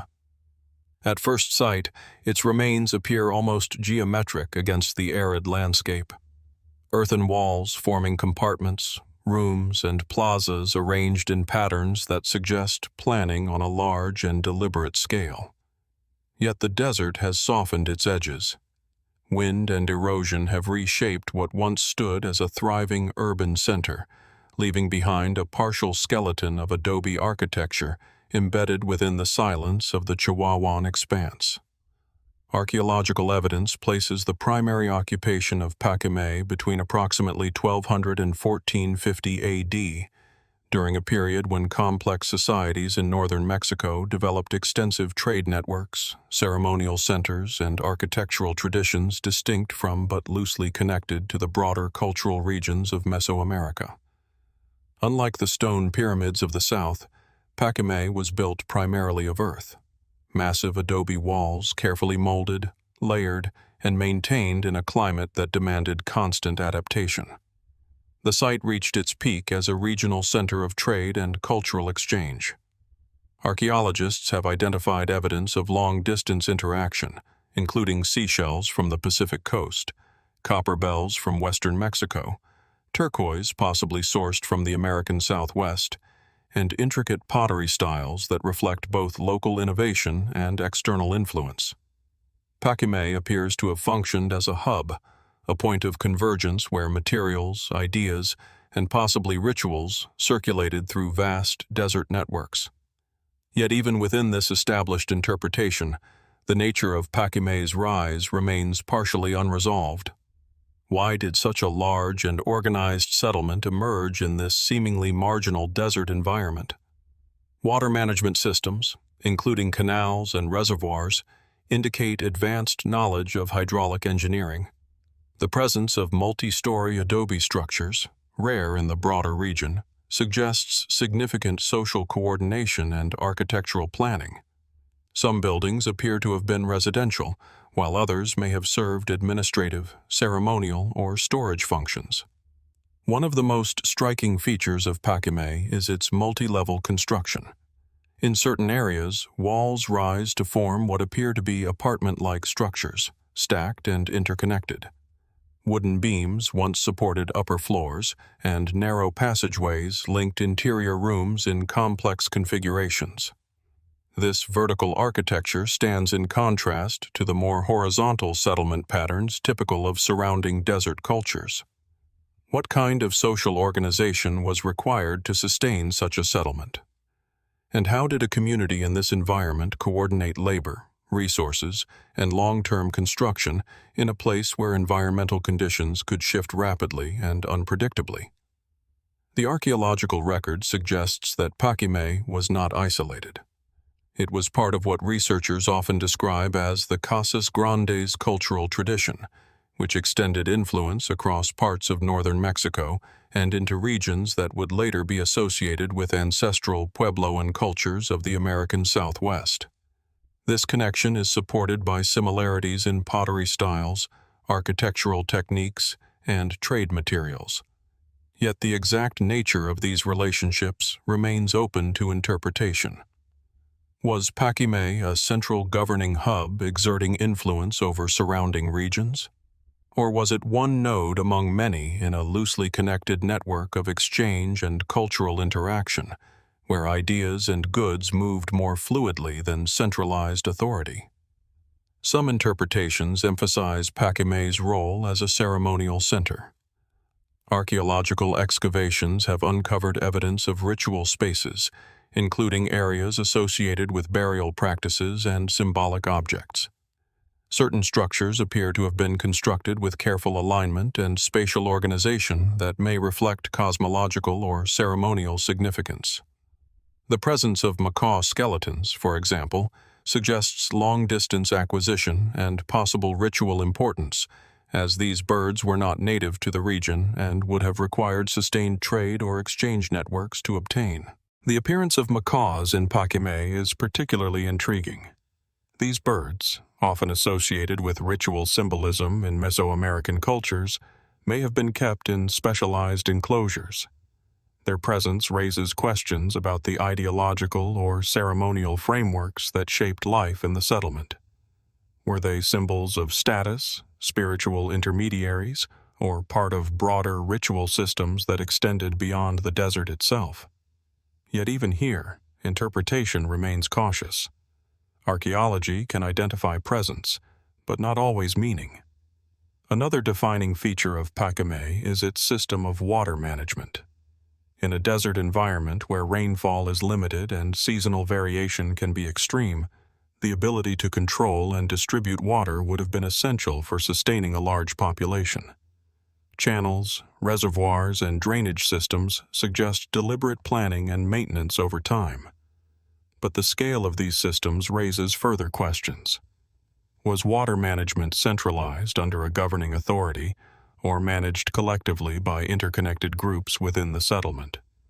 And how was knowledge of these systems transmitted and maintained across generations in an environment where infrastructure could be easily disrupted by environmental change?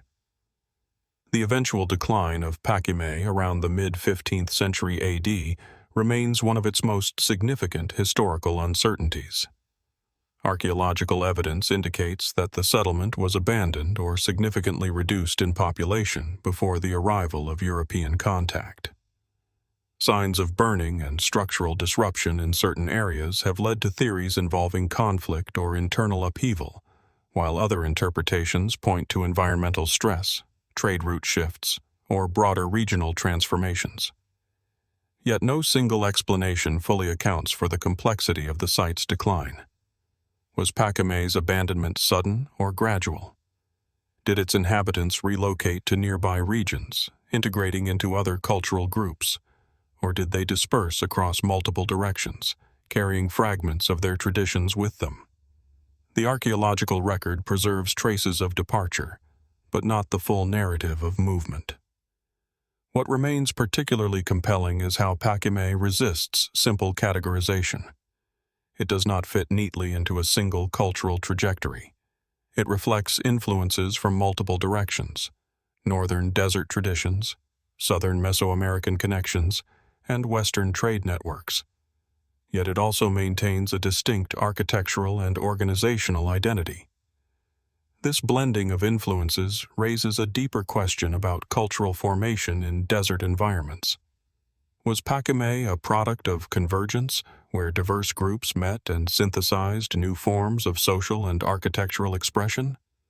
Or was it the center of an independent tradition that selectively incorporated external elements while maintaining internal continuity?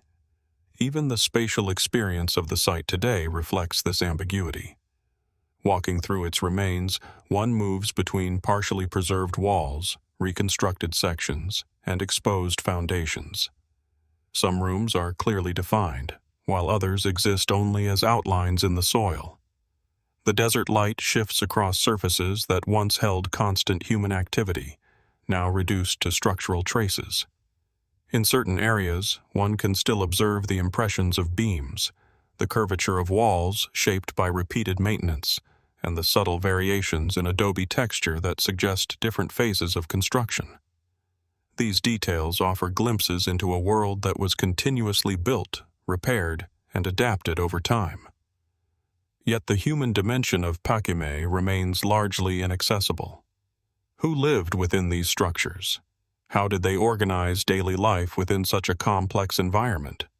What forms of governance, belief, or social identity structured their interactions? The absence of written records intensifies these questions. Unlike civilizations that left extensive inscriptions or codified histories, Paquimé speaks only through material remains. Every interpretation must therefore be constructed through inference, comparison, and careful analysis of spatial relationships. And still, uncertainty persists. Some researchers have proposed that Paquimé may have played a role in broader ceremonial or pilgrimage systems across northern Mexico and the American Southwest. Others emphasize its economic and logistical functions within long-distance trade networks. These interpretations are not mutually exclusive, but they highlight the multiple dimensions through which the site may be understood. Could Paquimé have been simultaneously a marketplace, a ceremonial center, a residential community, and a point of cultural exchange? Or does its true function lie in a category that modern frameworks have not yet fully defined? As the desert wind moves through its remaining walls, carrying fine sand across thresholds that once marked enclosed rooms, Paquimé continues to exist in a state of partial revelation. It is neither fully present nor entirely absent. It stands as a structure of memory shaped by erosion, interpretation, and time. And so, As this journey continues across continents and civilizations, from Andean highlands to European hill forts, from desert valleys to Iron Age ridges, Paquimé remains another point in a widening pattern of human complexity, one that offers structure without final explanation. What other connections might still lie hidden between these distant sites, and how much of this ancient network of human organization remains unrecognized, waiting within the silence of landscapes that still have not given up all their stories? From the desert silence of Paquimé in northern Mexico, where adobe walls once shaped a complex desert civilization of trade, water control, and ritual life, the narrative begins to drift once again. The winds that pass through its partially collapsed rooms seem to carry the memory of distant exchanges, shells, copper, macaws, and ideas moving across vast arid corridors. But as the story continues its slow passage across time and geography, it now turns eastward across oceans and continents, leaving the Americas behind. The path of inquiry returns to the Mediterranean world, where early human societies first began to define the foundations of organized settlement. On the fertile plains of Thessaly in modern Greece lies Dimini. Dimini is not a single structure, but an archaeological site composed of layered prehistoric settlements, most famously associated with the Neolithic period, particularly between approximately 5000 and 4000 BC. The site sits on a low hill overlooking the surrounding plains, a position that appears modest compared to mountain fortresses or desert citadels, yet its significance lies not in elevation alone, but in what it reveals about early social organization in Europe. At first approach, Dimini appears as a series of concentric stone foundations and partially reconstructed walls. These are the remains of circular and rectangular dwellings arranged in patterns that suggest planning rather than randomness. The structures are built from local stone and mud brick, materials that reflect adaptation to available resources and environmental conditions. Unlike the monumental architecture of later civilizations, Dimini speaks in smaller forms, domestic, repetitive, and closely tied to daily life. Archaeological excavations have revealed that Dimini was part of a broader Neolithic cultural horizon in Thessaly, often associated with the Sesklo and Dimini cultural phases. These communities represent some of the earliest farming societies in Europe, transitioning from mobile or semi-sedentary lifestyles into more permanent agricultural settlements. At Dimini, evidence of cultivated grains, domesticated animals, and storage pits suggests a society increasingly shaped by agricultural cycles and localized resource management. Yet even within this well-established framework, the site continues to raise subtle questions. One of the most distinctive features of Dimini is its spatial organization. The settlement appears to be divided into multiple enclosures, with houses arranged in clusters separated by walls or open spaces. Some researchers have interpreted this as evidence of social segmentation, perhaps indicating family groups, kinship units, or early forms of social hierarchy. Others suggest that the layout may reflect functional divisions related to storage, production, or communal activity. What does such organization imply about the nature of early social life?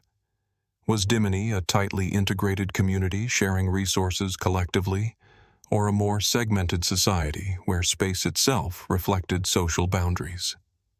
The presence of defensive walls at certain phases of the site adds another layer of interpretation. These fortification-like structures suggest that protection may have been a concern, even in this early period. But from what exactly?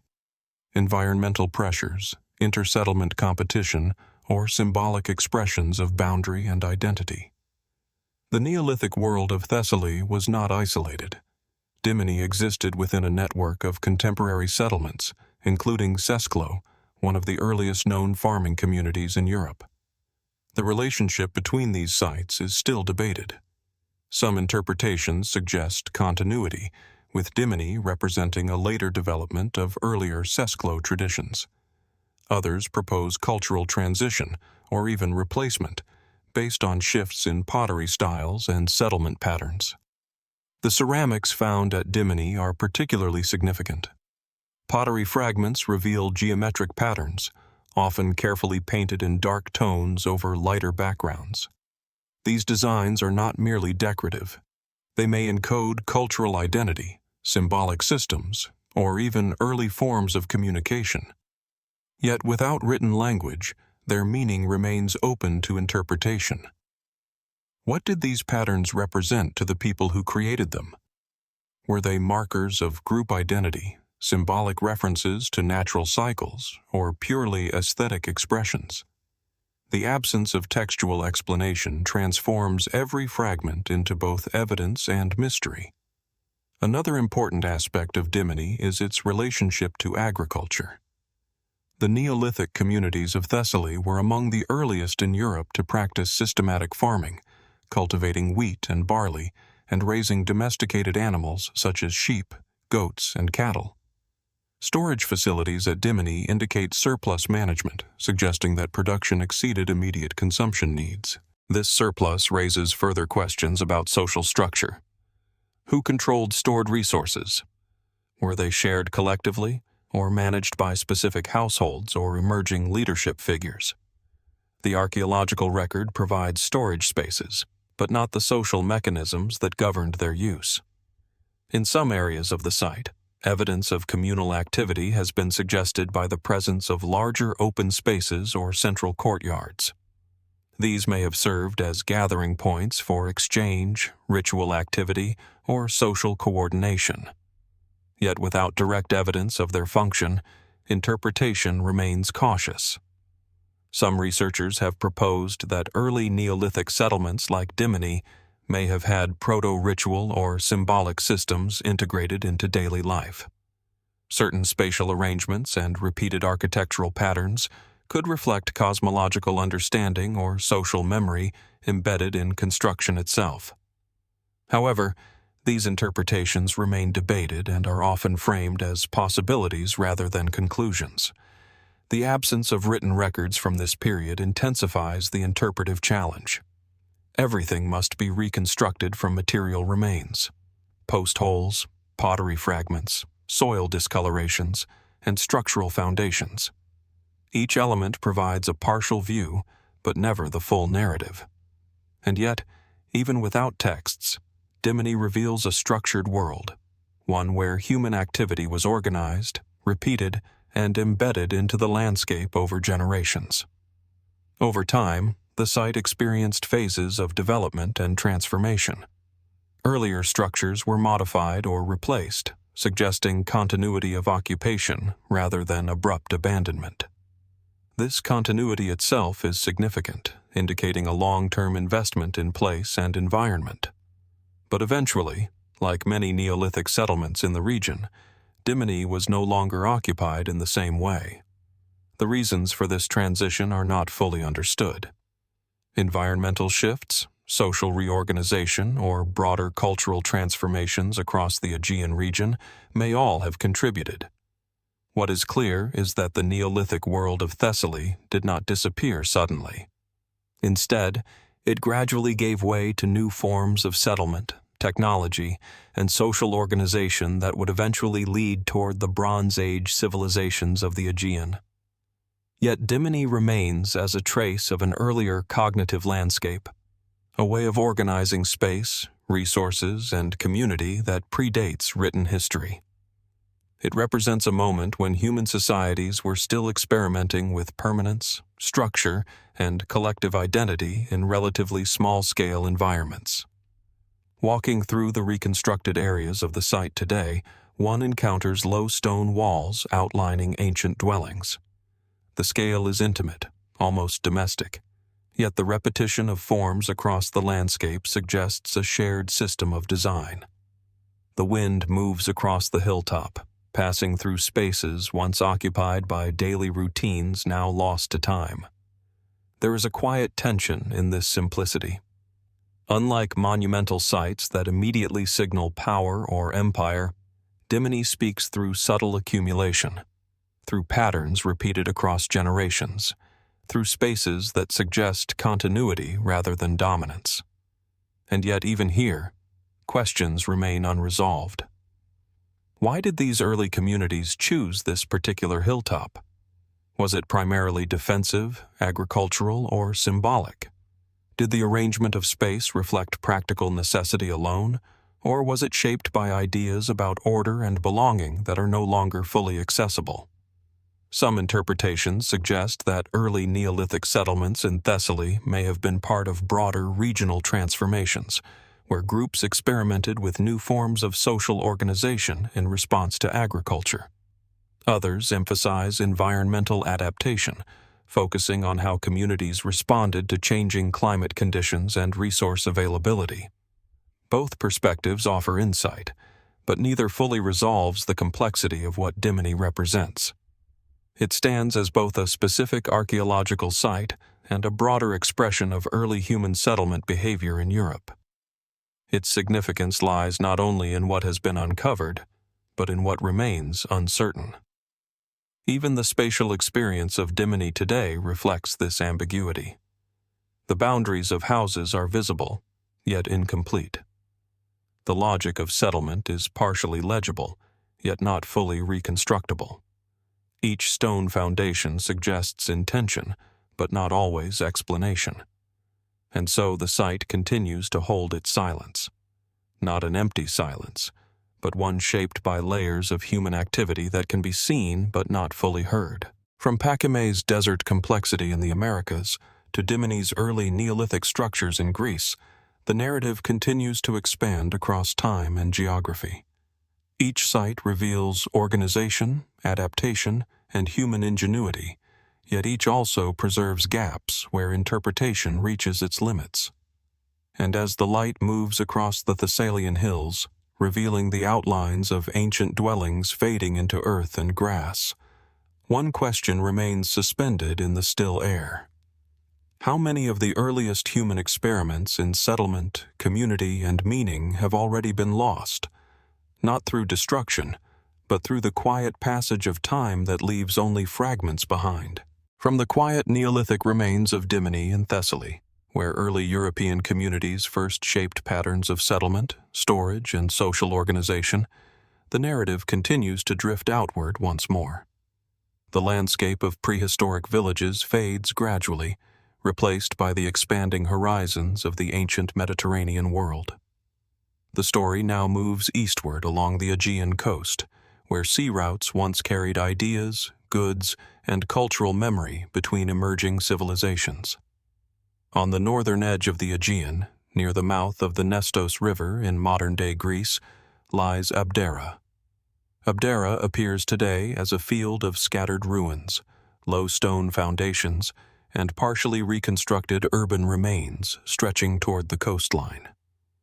The modern visitor may first notice the flatness of the terrain, open to wind and sea light. Yet beneath this quiet surface lies a city with a layered and complex history. Founded in the 7th century BC by settlers from Teos in Ionia, Abdera became one of the important Greek colonies in Thrace, positioned at a crossroads between the Greek world and the northern Balkan hinterlands. At its height, Abdera developed into a structured polis, with city walls, organized streets, public buildings, and a harbor that connected it to maritime trade networks across the Aegean. Archaeological findings indicate a society engaged in commerce, coin production, and intellectual exchange.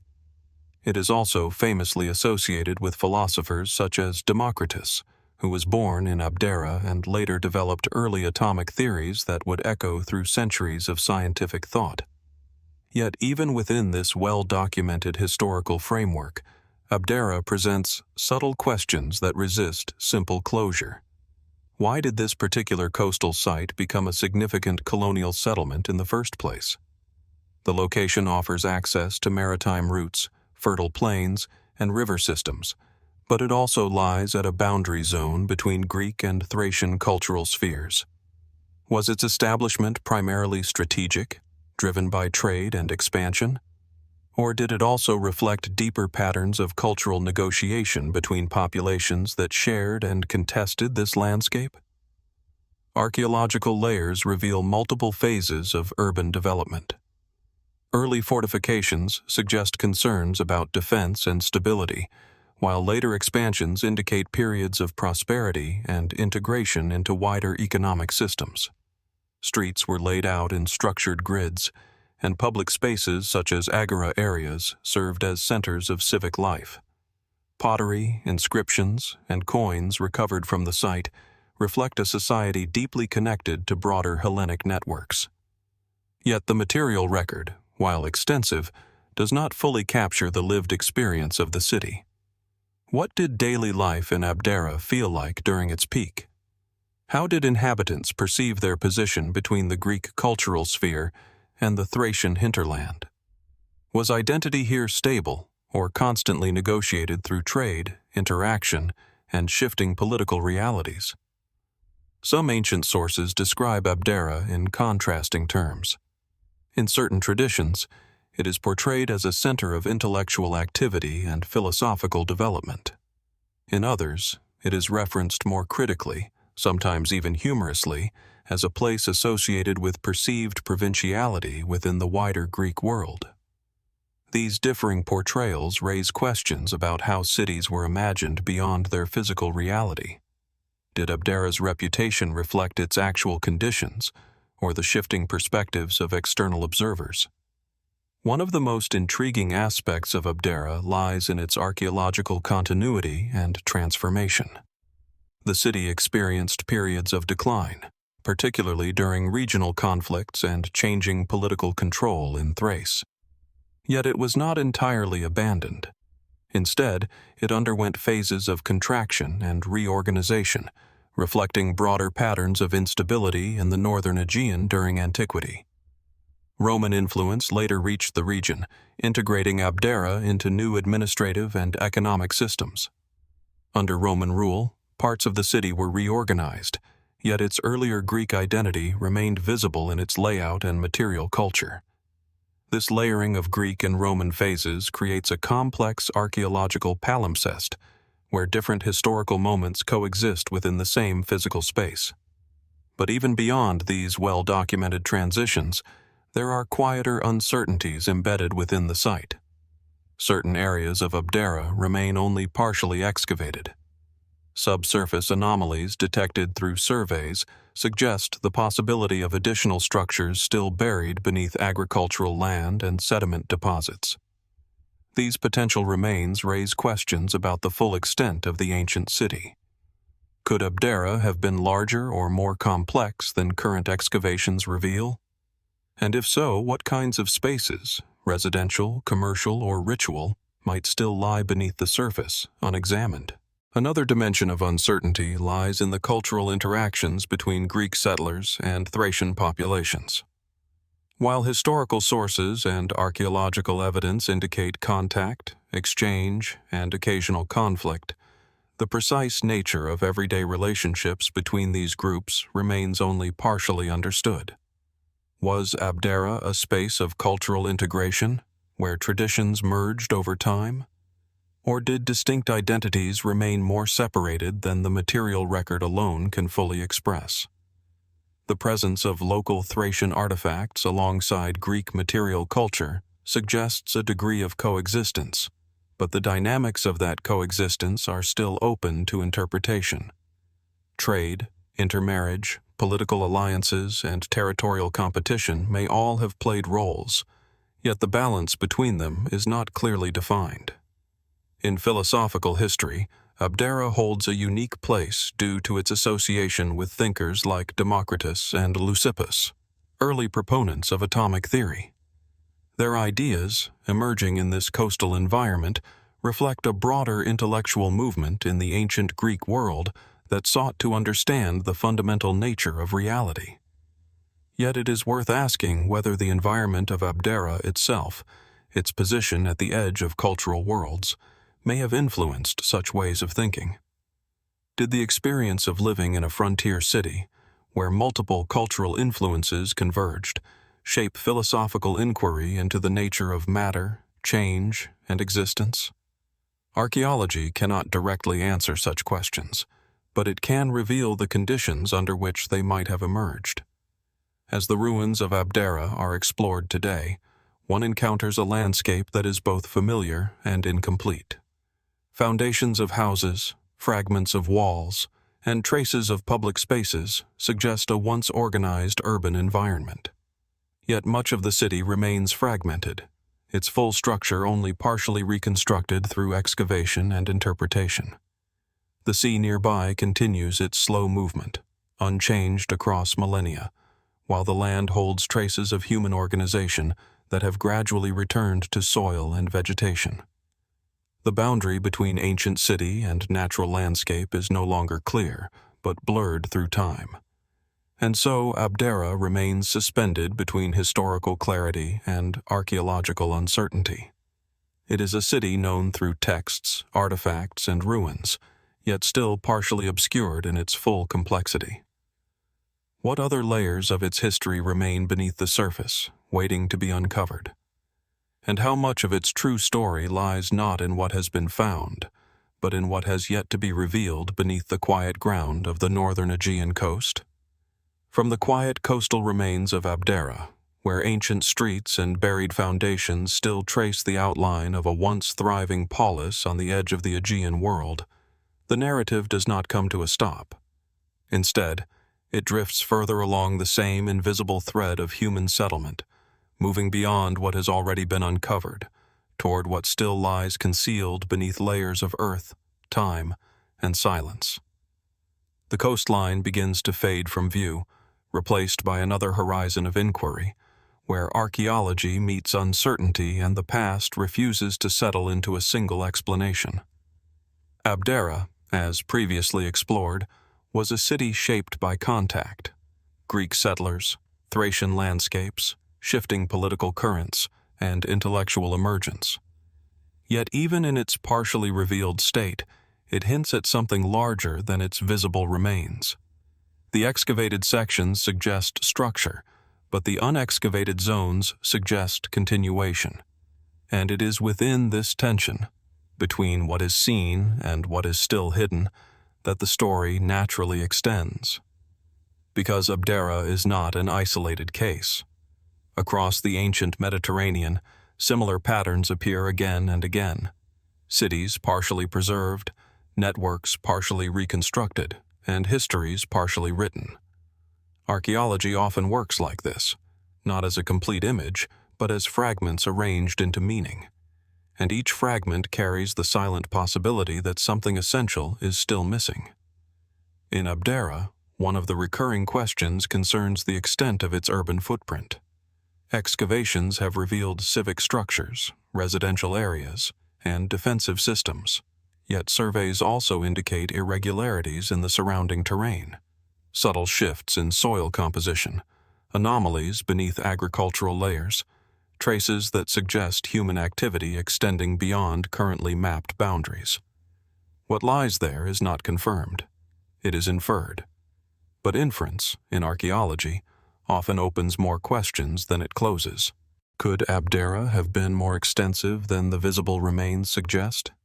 Could entire districts still be buried beneath sediment, untouched because they lie beyond the focus of earlier excavations? Or does the city's known footprint already represent its true scale, with the surrounding signals belonging instead to scattered rural activity rather than urban expansion? These uncertainties do not weaken the historical narrative. They complicate it, adding depth rather than resolution. Then there is the question of identity. Abdera is known through its Greek colonial foundation, yet it existed within a landscape that was never culturally uniform. Thracian populations occupied the broader region long before and during Greek settlement. Archaeological finds, pottery styles, burial practices, and local material culture suggest interaction rather than isolation. But the exact nature of that interaction remains partially obscured. Was Abdera a place of blending cultures, where identities slowly merged over generations? Or did distinct communities maintain parallel existences within the same geographic space, interacting economically but remaining socially separate? The material record can suggest contact. It cannot fully reconstruct experience. Even within the city's intellectual legacy, questions remain. Abdera is famously associated with early philosophical thought, particularly the atomic theories of Democritus and Leucippus. These ideas, proposing that all matter is composed of indivisible units moving through void, emerged from a world that was itself in motion: trade routes, shifting borders, and intellectual exchange across the Aegean. But why here? What conditions in a coastal Thracian Greek settlement might contribute to such abstract conceptualization of reality? Was it the city's position at the edge of multiple cultural spheres that encouraged such thinking? Or is this association a later intellectual construction, projecting philosophical significance backward onto a place already marked by historical curiosity? Ancient sources offer mixed impressions of Abdera. Some describe it as intellectually significant, while others portray it in less flattering terms, often shaped by literary tradition rather than direct observation. This duality itself becomes part of the mystery, not just what Abdera was, but how it was remembered, interpreted, and reinterpreted across time. Memory, like archaeology, is selective. It preserves certain elements while allowing others to fade. And in Abdera, this selectivity becomes especially visible in the gaps. Large sections of the ancient city remain unexcavated or only partially explored. Beneath modern land use, the possibility of additional structures remains open. Archaeological methods, geophysical surveys, surface analysis, stratigraphic sampling, continue to suggest complexity beneath what is currently visible. But until excavation reveals more, these remain possibilities rather than conclusions. And possibilities, in historical reconstruction, carry their own weight. They shape how we imagine what is missing. Beyond the city itself, Abdera also invites reflection on its broader regional role. Situated between maritime routes and inland Thracian territories, it likely functioned as a point of exchange, not just of goods, but of ideas, practices, and identities. Yet exchange is not always symmetrical. It raises questions about influence, adaptation, and transformation. Did Greek settlers reshape the landscape around them more than they were reshaped by it? Or did the Thracian environment subtly influence the development of the city in ways not fully recognized in traditional historical narratives? These questions remain open, not because evidence is absent, but because evidence is layered. Each archaeological layer represents not just time, but interpretation, and interpretation evolves. Even the physical experience of Abdera today reflects this layered uncertainty. Walking through the site, one moves between exposed foundations and empty spaces that feel equally significant. The absence of structures is not emptiness. It is potential. A reminder that what is visible is only a fraction of what once existed. The wind moves across the Thracian plain, carrying dust across stones that once formed streets. The sea remains nearby, as it was in antiquity, unchanged in its rhythm, indifferent to the civilizations that rose along its edge.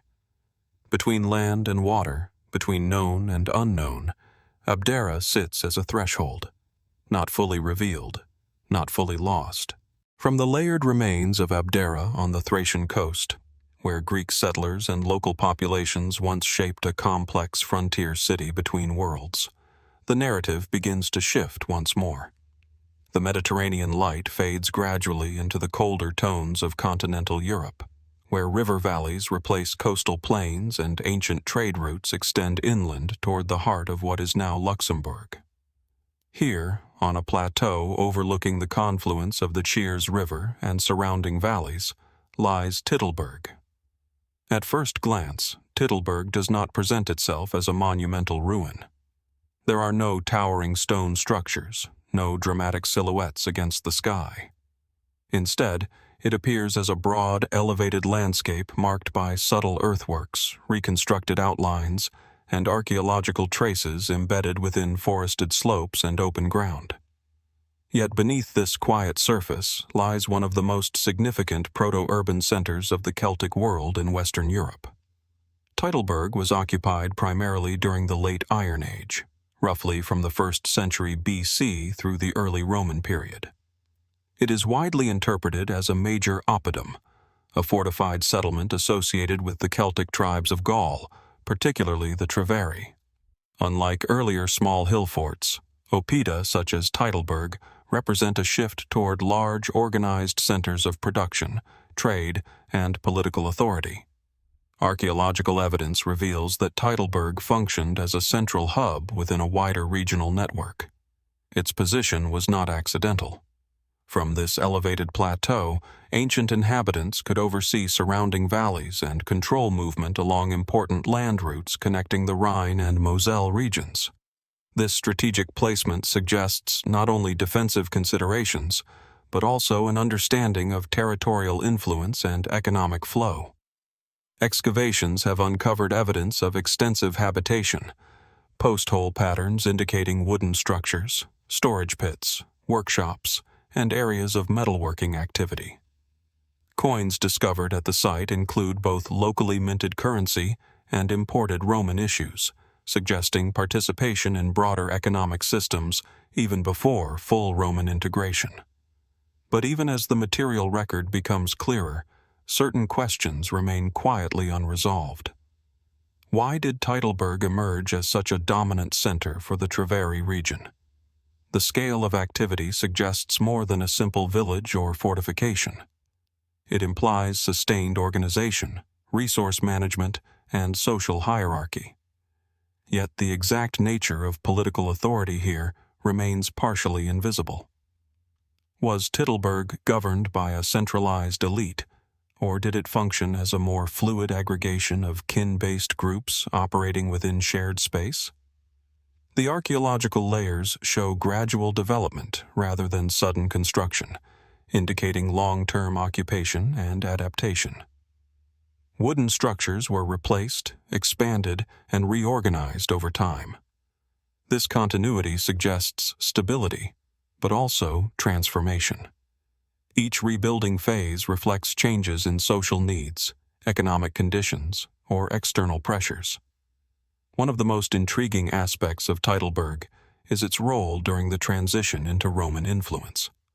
As Roman power expanded into Gaul during the 1st century BC, many indigenous centers experienced restructuring. At Titelberg, evidence suggests both continuity and change. Some local traditions persisted, while Roman material culture gradually became more prominent. Yet this transition is not fully linear. There is no clear moment of abrupt abandonment or replacement. Instead, the site appears to evolve, integrating Roman administrative and economic systems while retaining aspects of its earlier Celtic identity. This blending raises questions about cultural transformation. Was it imposed, negotiated, or gradually adopted through practical necessity?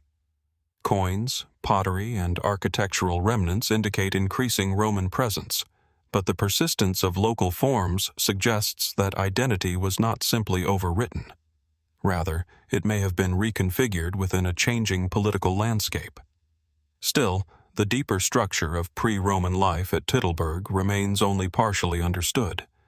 No written records from the site itself explain its internal organization.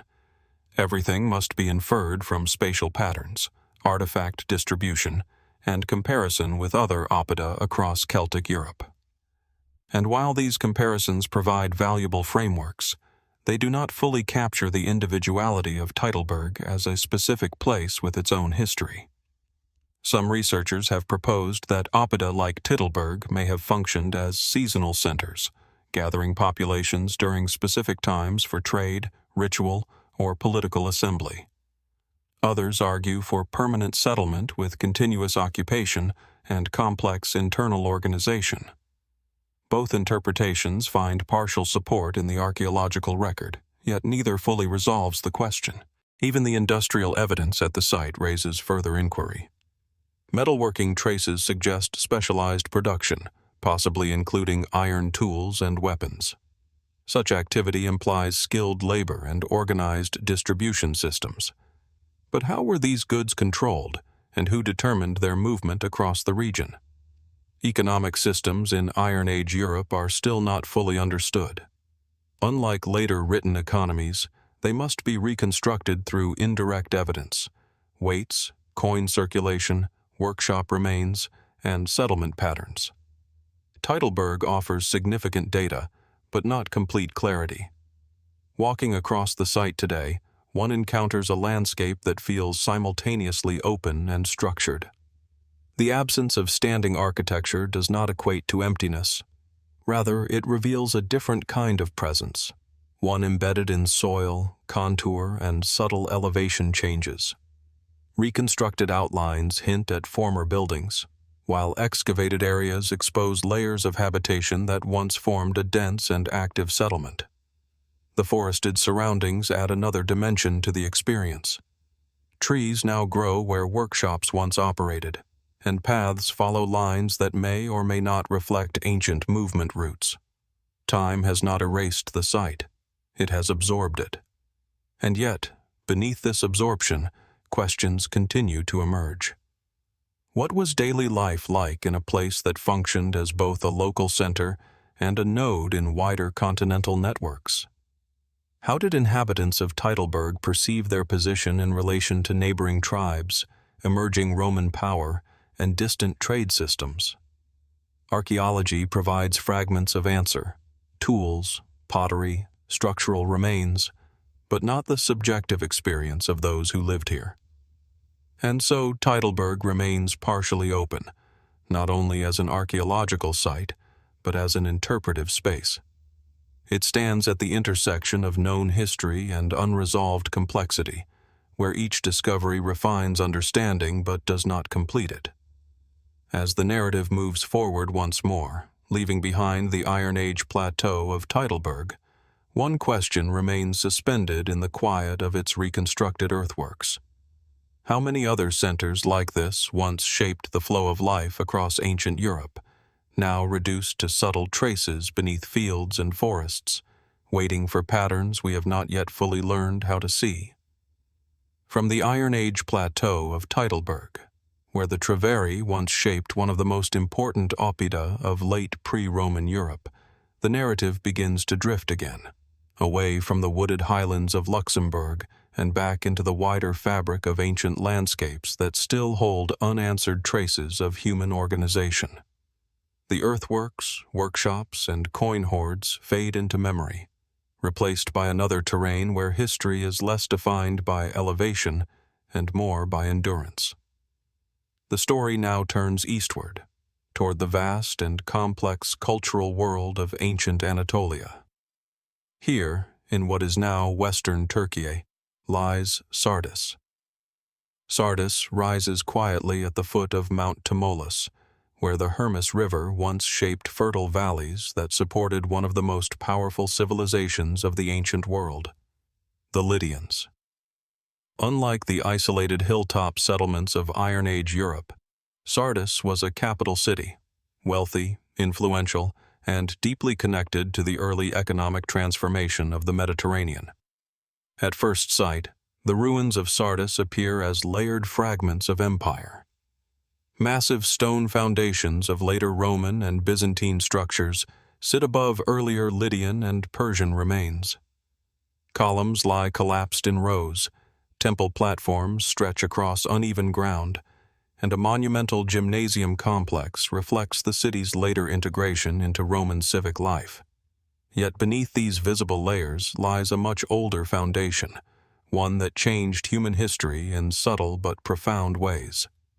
Sardis is often associated with the invention or early standardization of coinage during the reign of the Lydian kingdom in the 7th century BC. This development, attributed to rulers such as Alyattes and Croesus, represents one of the earliest known systems of metallic currency in the ancient world.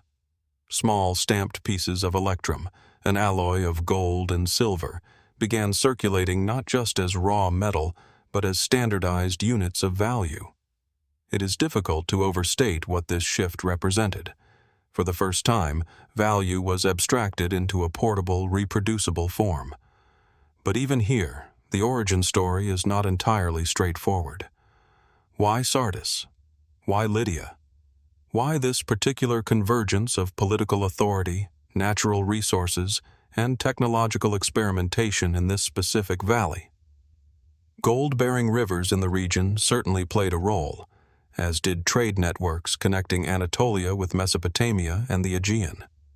Yet the emergence of coinage feels, in archaeological terms, almost abrupt, appearing as if a conceptual threshold had been crossed.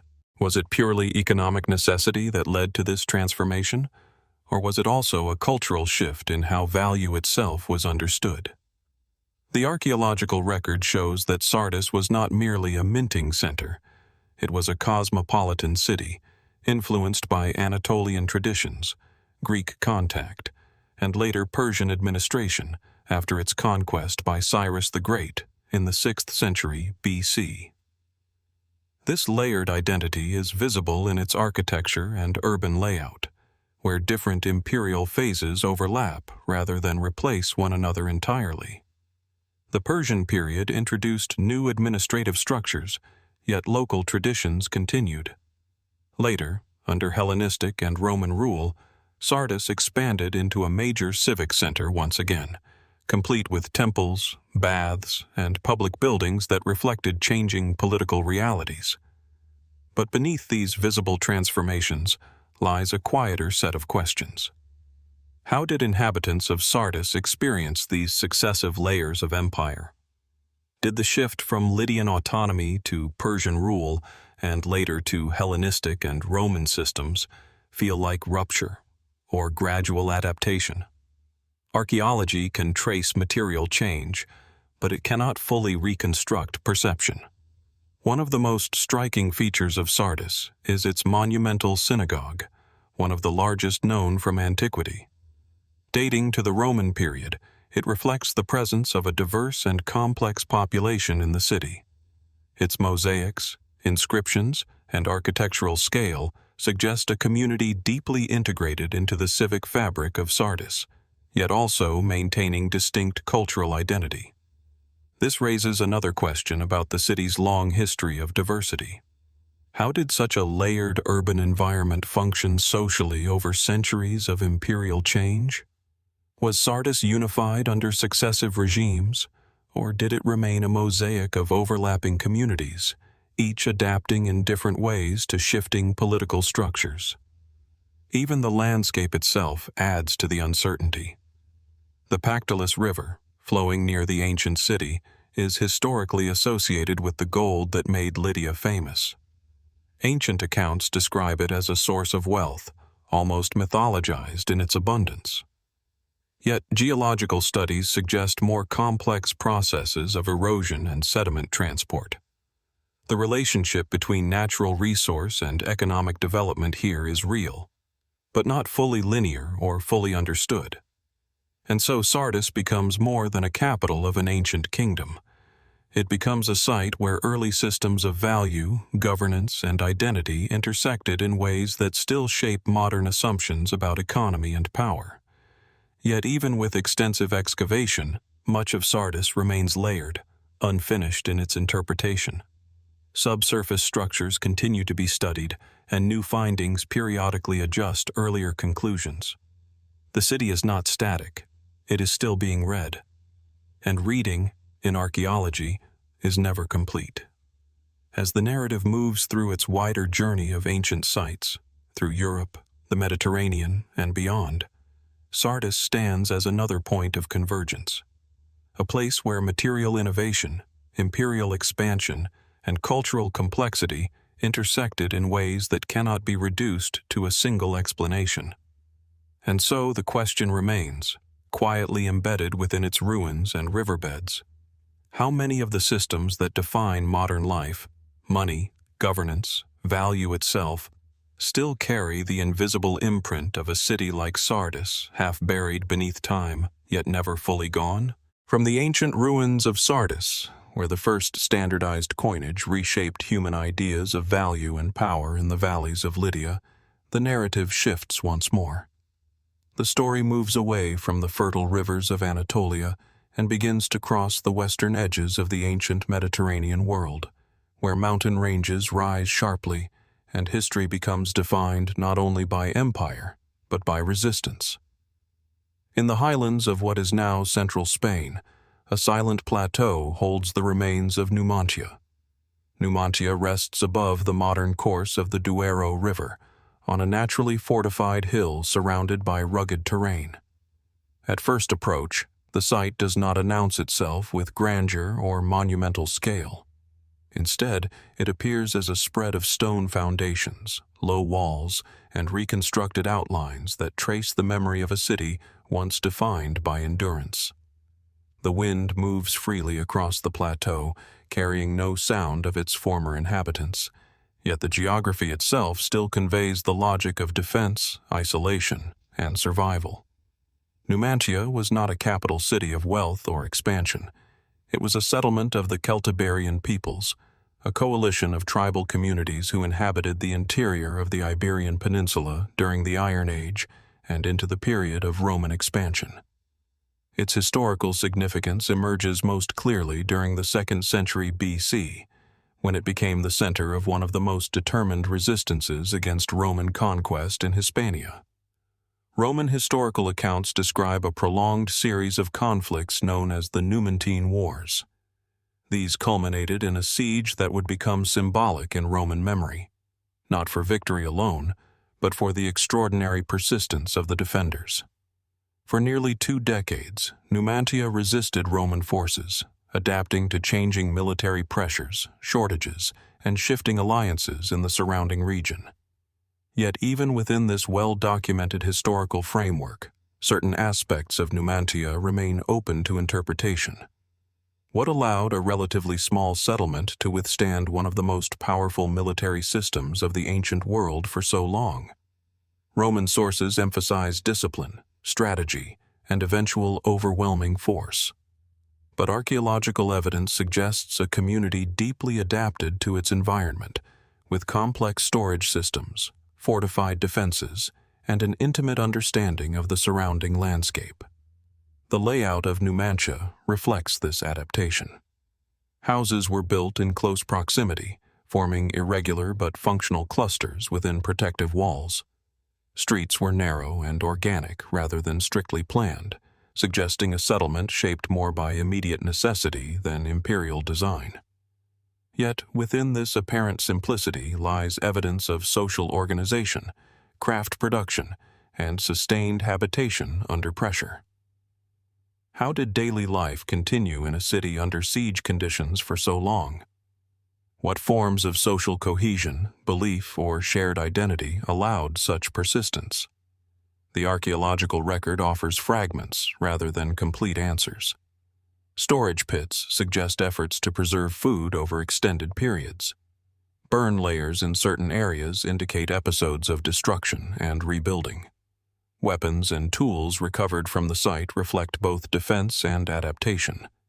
Yet none of these elements fully reconstruct the lived experience of prolonged resistance. Roman accounts, particularly those of historians writing after the conquest, portray Numantia as a symbol of ultimate defiance. The final siege, according to these narratives, ended only when the remaining inhabitants chose destruction over surrender. While these accounts are vivid, they are also shaped by Roman literary tradition, which often emphasized moral lessons drawn from conquered peoples. This raises a deeper interpretive question. How much of Numantia's story is historical fact, and how much is shaped by the perspective of its conquerors? Archaeology provides a partial counterbalance. Evidence of burning and abandonment supports the idea of a violent end, but the exact sequence of events remains uncertain. The scale of destruction suggests a decisive moment, yet the human decisions behind it are not directly recoverable. Some interpretations suggest that the final phase of Numantia involved not only military defeat, but also deliberate acts of destruction by its own inhabitants. Whether this reflects collective decision-making under extreme pressure or later narrative reconstruction remains open to debate.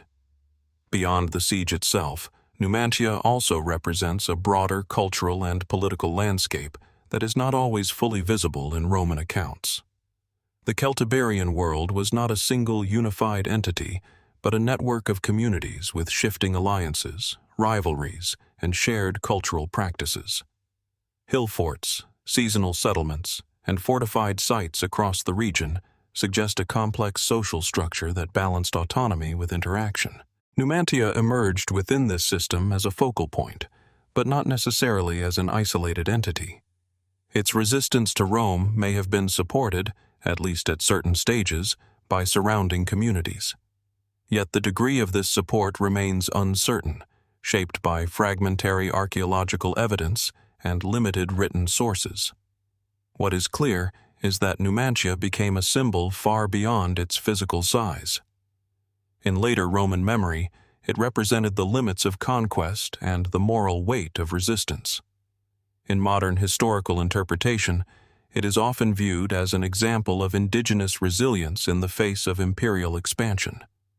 Yet both perspectives risk simplifying the complexity of the site itself. Walking through Numantia today, one encounters a landscape where reconstruction and ruin coexist.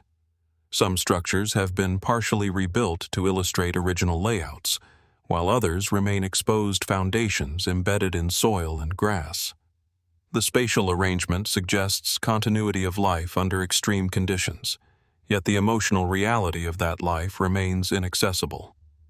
The surrounding landscape adds another layer to this uncertainty. The plateau offers visibility across the region, reinforcing its defensive advantage. Rivers, valleys, and distant ridges form a natural system of observation and isolation. But this same geography also raises questions about vulnerability. Why choose such a location, exposed to long-term siege risk, unless the benefits of defense and identity outweighed the dangers? Some interpretations suggest that Numantia's location was not only strategic, but symbolic, an assertion of presence in a contested landscape. Others emphasize practical considerations of defense and resource access. Both views are plausible, yet neither fully explains the depth of resistance recorded in historical accounts. As with many ancient sites, the absence of internal written records leaves interpretation dependent on external narratives and material traces. This creates a gap between lived experience and historical reconstruction. And within that gap, uncertainty persists. What did Numantia mean to its inhabitants, not as a symbol in later history, but as a lived community under pressure? How did identity, belonging, and survival intersect in a place defined by prolonged conflict? These questions remain unanswered not because evidence is absent, but because evidence is incomplete. Numantia stands today as both a physical site and a conceptual boundary. It marks the intersection between archaeology and memory, between resistance and narrative, between what is preserved and what is lost. And as the broader journey through ancient worlds continues, Numantia remains suspended in that space where history is known, but never fully contained, inviting another question that lingers beyond the ruins themselves. How many other stories of endurance and disappearance across the ancient world have been shaped not only by what happened, but by who was later left to tell it? From the windswept plateau of Numantia, where Celtiberian resistance once held out against Roman expansion in central Hispania, the narrative continues its quiet movement forward. The stones of the settlement, some reconstructed, others still broken in their original positions, begin to fade into the distance, not as an ending, but as another layer in a widening map of human endurance and adaptation. The story does not settle. It transitions, crossing back toward the eastern Mediterranean, where another civilization once built its identity not on siege and survival, but on trade, ritual, and maritime connection. In the island world of the Aegean Sea, one site in particular continues to draw attention across both archaeology and imagination: Akrotiri on Santorini. Akrotiri lies beneath volcanic ash, preserved in a moment frozen by one of the most powerful eruptions in the ancient world. The modern visitor does not encounter ruins in the usual sense, but a covered archaeological shelter protecting the remains of a Bronze Age settlement that was abruptly buried around the mid-2nd millennium BC. Streets, multi-story buildings, pottery, storage vessels, and wall paintings remain remarkably intact, as if the inhabitants had only recently stepped away. But they did not return. Unlike sites slowly abandoned or rebuilt over generations, Akrotiri presents something different: sudden interruption. Everyday life appears paused mid-action. Rooms contain objects left in place, pathways remain defined, and frescoes still preserve scenes of daily activity, maritime journeys, and symbolic imagery that continues to be studied and debated. The settlement is often associated with the broader Minoan cultural sphere, although its exact political and cultural relationship to Crete remains part of ongoing scholarly discussion.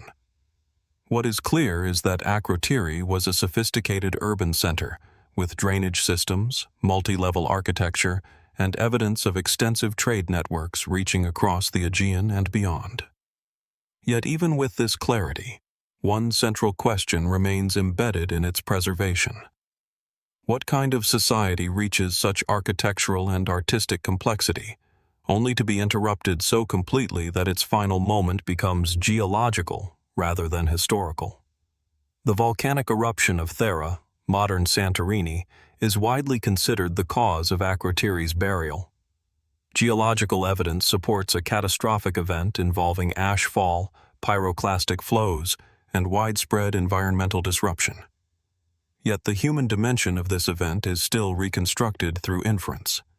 Some archaeological layers show evidence of evacuation, suggesting that at least part of the population may have escaped before final destruction. Other areas indicate sudden abandonment, with no time for organized departure. This mixture of signals leaves room for interpretation. Was the evacuation partial and uneven? Did warning signs allow some inhabitants to leave while others remained unaware of the full scale of danger? Or did the eruption unfold in phases, with escalating events that disrupted normal patterns of movement and communication? The preserved state of Akrotiri raises further questions about time itself. Unlike ruins shaped by centuries of decay, this site captures a single threshold moment. It does not show long-term decline, but sudden cessation. In this sense, Akrotiri is less a traditional ruin and more an archaeological snapshot, an entire urban environment sealed by natural forces. Yet even within this frozen moment, uncertainty persists. The wall paintings of Akrotiri depict maritime scenes, landscapes, and symbolic imagery that continue to be interpreted in multiple ways. Ships appear frequently, suggesting a society deeply connected to sea routes. But the meaning of certain motifs remains open.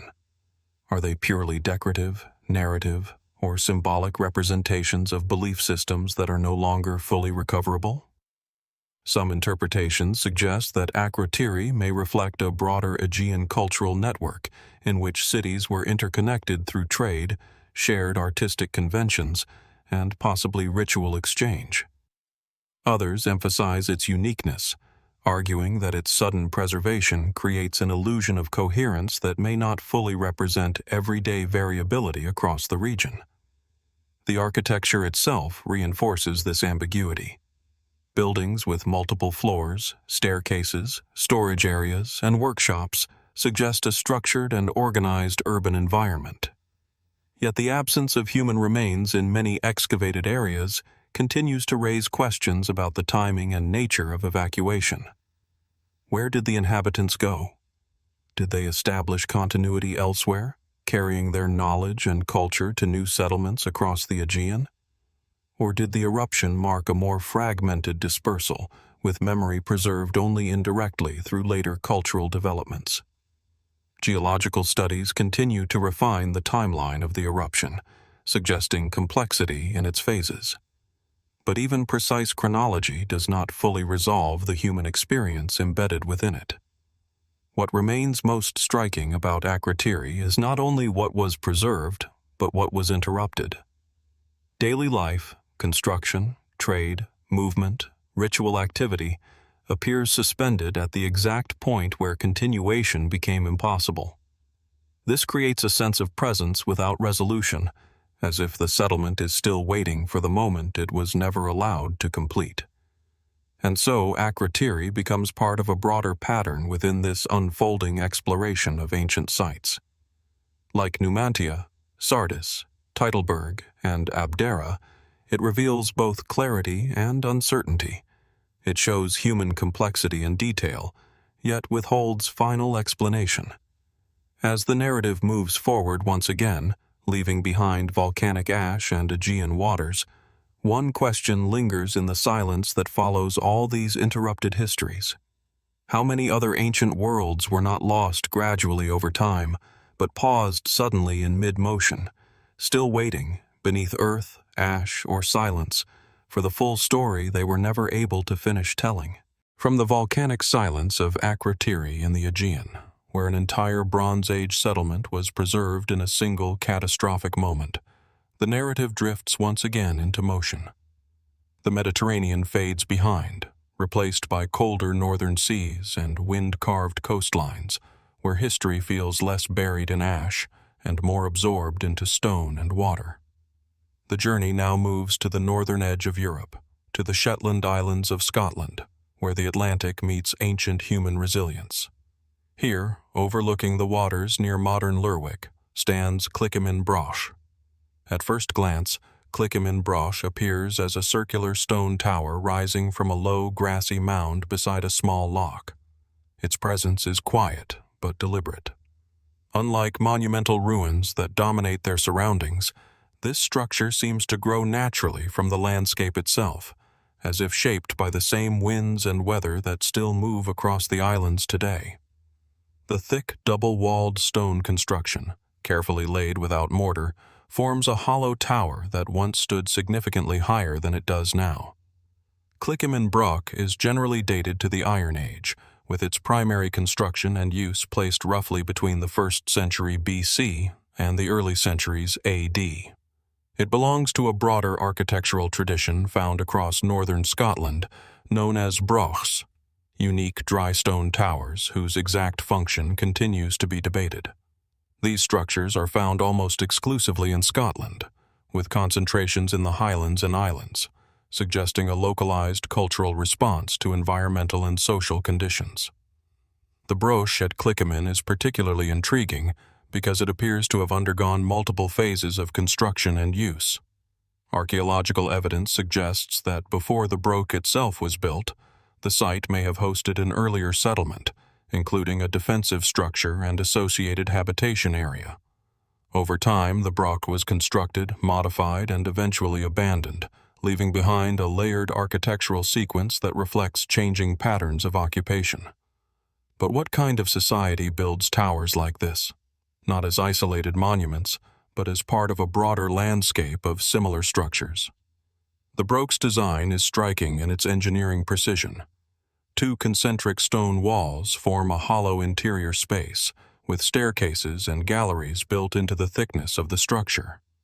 These internal passages suggest not only defensive capability, but also controlled access and possible multi-level occupation. From the interior, wooden floors may once have divided the space vertically, creating stacked living or storage areas within the stone shell. Yet despite this apparent functionality, the exact purpose of brochs remains unresolved. Were they defensive strongholds designed to protect communities during periods of instability?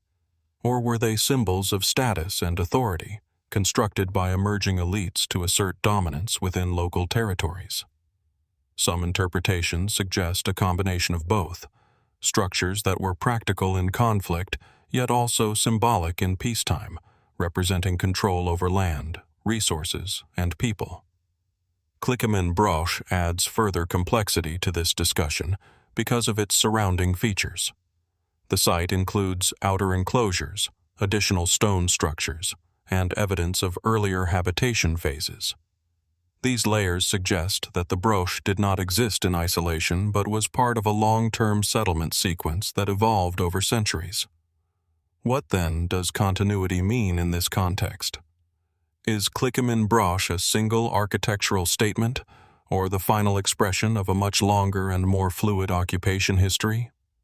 Excavations at the site have revealed artifacts including pottery, tools, animal remains, and structural post holes that indicate domestic activity. These findings support the interpretation of brochs as inhabited spaces rather than purely defensive towers. Yet the scale and complexity of their construction still raise questions about social organization. How were such massive stone structures built without mortar or modern tools? What kind of communal effort or leadership was required to quarry, transport, and precisely place thousands of stones into stable circular forms that have endured for nearly 2 millennia? The engineering alone suggests a high degree of coordination, knowledge transmission, and shared labor systems. But the social framework behind this coordination remains largely invisible. Some researchers propose that Broch societies may have been organized around kin-based groups or local chieftains, with each Broch representing the center of a territorial unit. In this interpretation, Clickimin Broch would function not only as a residence, but also as a statement of identity and control within a broader fragmented landscape of Iron Age communities. Others suggest a more fluid system, where Brochs served different roles over time, sometimes defensive, sometimes domestic, sometimes symbolic, depending on shifting social and environmental conditions. What is difficult to resolve is the absence of written records from this period in northern Scotland. Unlike Mediterranean civilizations, Broch societies left no texts to explain their intentions. Everything must be reconstructed from stone, soil, and scattered material remains. And yet, even without written language, the architecture itself communicates something persistent. The thickness of the walls suggests permanence. The circular design suggests unity or enclosure. The elevated interior space suggests control over visibility and environment. From the top of a Broch, one could observe the surrounding land, waterways, and approaching movement across the landscape. But what was it like to live within such a structure? Was it a place of security during uncertain times, or a carefully constructed symbol of authority that shaped social relationships as much as it protected them? Clickimin Broch also raises questions about decline. At some point, the structure ceased to function as an occupied dwelling. The reasons are not fully clear. Broch societies across Scotland appear to have undergone gradual transformation during the late Iron Age and into the early historic period, influenced by changing economic conditions, external contact, and shifting settlement patterns. Yet there is no single definitive moment of abandonment recorded in the archaeology. Instead, there is transition, layers of reduced activity, modification, and eventual disuse. Did the people who once lived within Clickimin Broch move elsewhere, adapting to new forms of settlement? Or did the social structures that supported Broch construction gradually dissolve, leaving these towers as silent remnants of a once coordinated landscape? Even today, the site resists complete interpretation. Its stones remain, but its meaning shifts depending on perspective. Defensive structure, domestic space, symbolic monument. Each interpretation holds partial truth, yet none fully exhausts its complexity. Standing near the Broch today, with the wind moving across the loch and the Atlantic horizon stretching beyond sight, the structure feels both familiar and distant. It is clearly human-made, yet its purpose is not immediately legible in modern terms. And perhaps that is where its mystery continues to exist. Not in hidden chambers or lost artifacts, but in the gap between function and meaning, between what was built and what can still be understood. As the broader journey through ancient sites continues, from Mediterranean cataclysms to European hill forts and now northern stone towers, Clickimin Broch remains another fragment in a larger pattern of human construction and disappearance. And the question that lingers, carried by the same wind that still passes through its empty stone interior, is quietly persistent. How many other structures like this were once part of living landscapes across ancient Europe, now reduced to silent forms whose original meanings have not been lost, but simply no longer fully readable? From the wind-lashed stone of Clickimin Broch in Shetland, where Iron Age builders once raised circular towers that still stand against the Atlantic weather, the narrative continues its slow migration through time and geography. The Broch's hollow interior, once filled with human activity and layered wooden floors, now echoes only with weather and memory. But the story does not remain in the far north. It turns again, descending from the edge of Europe toward a very different kind of ancient landscape, one shaped not by towers of stone, but by earth, memory, and one of the earliest known urban experiments in human history. The journey now moves to Anatolia, to the vast Neolithic settlement of Çatalhöyük.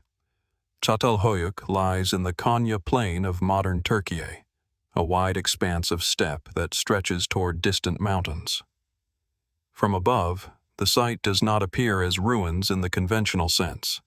Instead, it resembles a pair of low, artificial mounds rising gently from the flatland, accumulated layers of human occupation compressed over thousands of years. Beneath these mounds lies one of the most densely packed early settlements ever discovered, dating back to approximately 7,500 BC. Unlike later cities, Çatalhöyük was built without streets. Houses were constructed directly against one another, forming a tightly connected architectural mass. Entry was not through doors at ground level, but through openings in the roof. Ladders would have led down into interior rooms, making the rooftops the primary circulation space of the settlement. This alone challenges modern expectations of what a city should look like. Why build a community where movement occurs across rooftops rather than streets? Was this a response to security concerns, environmental conditions, or something deeper in social organization? Archaeology provides evidence of domestic life inside these tightly packed homes: hearths, storage areas, wall paintings, and platforms for sleeping or daily activity. But what emerges is not a simple village. It is a highly structured settlement, repeated over generations, where architectural uniformity suggests shared conventions rather than isolated household decisions. Yet even here, certainty begins to blur. Burial practices at Çatalhöyük reveal another layer of complexity. The dead were often buried beneath house floors, particularly under sleeping platforms. This means that daily life literally unfolded above ancestral remains. In some cases, skulls show signs of modification or plastering, suggesting ritual or symbolic treatment after death. What does it mean for a society to live directly above its dead? Was this a form of ancestral closeness, where lineage and memory remained physically integrated into daily life? Or did it represent a symbolic claim over continuity, where each house became both dwelling and memorial? The painted walls of Çatalhöyük add another dimension. Some depict geometric patterns, others show hunting scenes or animal forms: bovids, leopards, vultures. One of the most debated interpretations suggests that certain wall images may represent not just decoration, but layered symbolic narratives, possibly connected to seasonal cycles, social identity, or belief systems that are no longer fully recoverable. But interpretation remains cautious. Because no written language survives from this period, every image remains open-ended. Even the settlement's scale raises questions. At its peak, Çatalhöyük may have housed thousands of people living in extreme proximity, with no clear streets or public plazas in the later urban sense. Instead, social organization may have been structured around household clusters and shared rooftop spaces. Was this density a product of environmental necessity, drawing people together for safety or resource management? Or was it part of a social model that understood community not through separation of public and private space, but through continuous architectural interconnection. The absence of clear civic architecture complicates interpretation.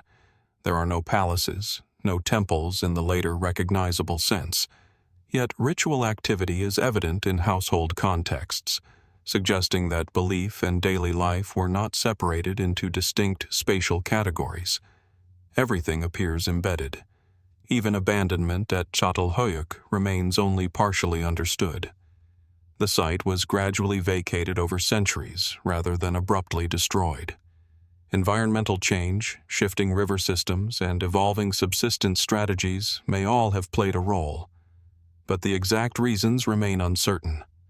What is clear is that Çatalhöyük represents one of the earliest known experiments in dense, continuous urban living, long before cities were defined by streets, districts, or monumental centers. And yet, despite its importance, it resists full interpretation. Each excavation layer reveals structure, but not intention. Each painted wall suggests meaning, but not explanation. Each burial beneath a floor connects life and death, but not belief in a way that can be fully reconstructed. As the narrative moves through this vast timeline of human settlement, from Iron Age Brochs in northern Europe to Neolithic megasites in Anatolia, the pattern becomes more visible, yet not more resolved. Human societies consistently build, organize, and transform space. But the reasons behind those choices often remain partially hidden, even in the most well-preserved sites. And so Çatalhöyük becomes another point in this widening field of inquiry. Not an answer, but a deeper question. What kind of social imagination creates a city without streets, a home built above ancestors, and a world where architecture itself becomes the primary language of daily life? And how much of that imagination still lies beyond our ability to fully read it today? From the dense Neolithic architecture of Çatalhöyük, where entire communities lived in tightly interwoven houses without streets, the narrative begins to loosen its temporal grip once more. The rooftops, burial floors, and painted walls fade into the Anatolian plain, and the focus shifts westward across the Mediterranean world, where another structure, far more isolated, far more enigmatic, waits beneath the quiet fields of Extremadura in modern Spain. Here, near the Guadiana River basin, lies Cancho Roano. At first approach, Cancho Roano does not present itself as a towering ruin or a sprawling city. Instead, it appears almost hidden within the landscape, a low, square-shaped mound, partially reconstructed, surrounded by earthworks and subtle depressions in the soil. The surrounding fields seem ordinary, agricultural, and open, giving little indication that beneath this quiet surface lies one of the most debated ritual complexes of the Iberian Iron Age. Excavations have revealed that Cancho Roano is not a settlement in the conventional sense. It is a carefully constructed, multi-phase building complex, dating primarily to the 6th to 5th centuries BC, associated with the broader Tartessian cultural sphere of southwestern Iberia. Unlike domestic villages or defensive hill forts, this site appears to have been designed for a specific, possibly ceremonial or elite function. The structure itself is striking in its symmetry. Built in a roughly square plan, it consists of multiple concentric rooms arranged around a central space. Thick adobe and stone walls define corridors and chambers, many of which show evidence of controlled access and restricted movement. In its final phase, the entire complex was deliberately sealed, buried under layers of earth, and left untouched for centuries. This act alone raises one of the site's central mysteries. Why would a carefully constructed architectural complex be intentionally buried? Archaeological interpretation suggests that Cancho Roano functioned as a sanctuary or ritual center, possibly linked to elite authority or religious practice within Tartessian society. Evidence of offerings, animal remains, imported goods, and fine ceramics supports the idea of ceremonial activity.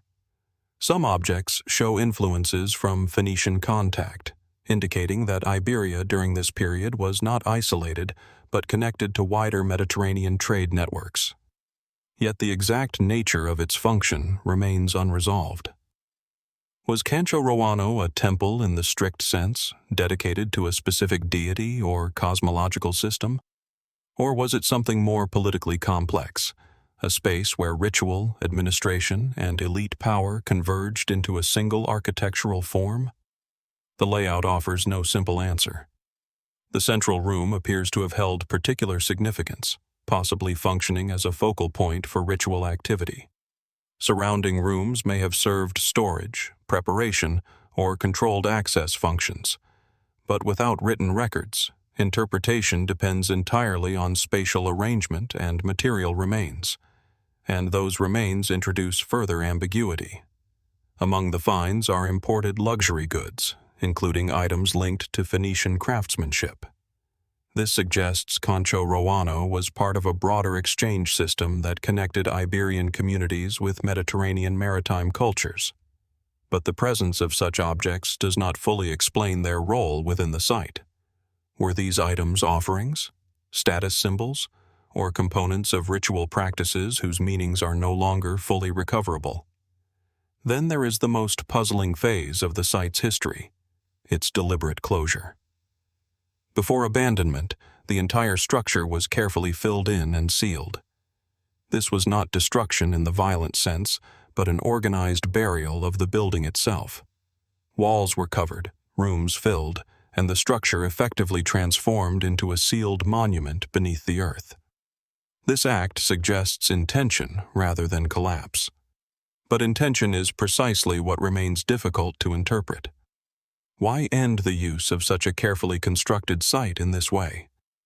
Was it part of a ritual cycle, an architectural life cycle in which buildings were born, used, and then ceremonially retired? Or does it reflect political or social change, where a new order required the symbolic closure of the old? Some researchers suggest that Cancho Roano may represent a form of sacred architecture tied to concepts of renewal, where burial of the structure itself was part of its intended function.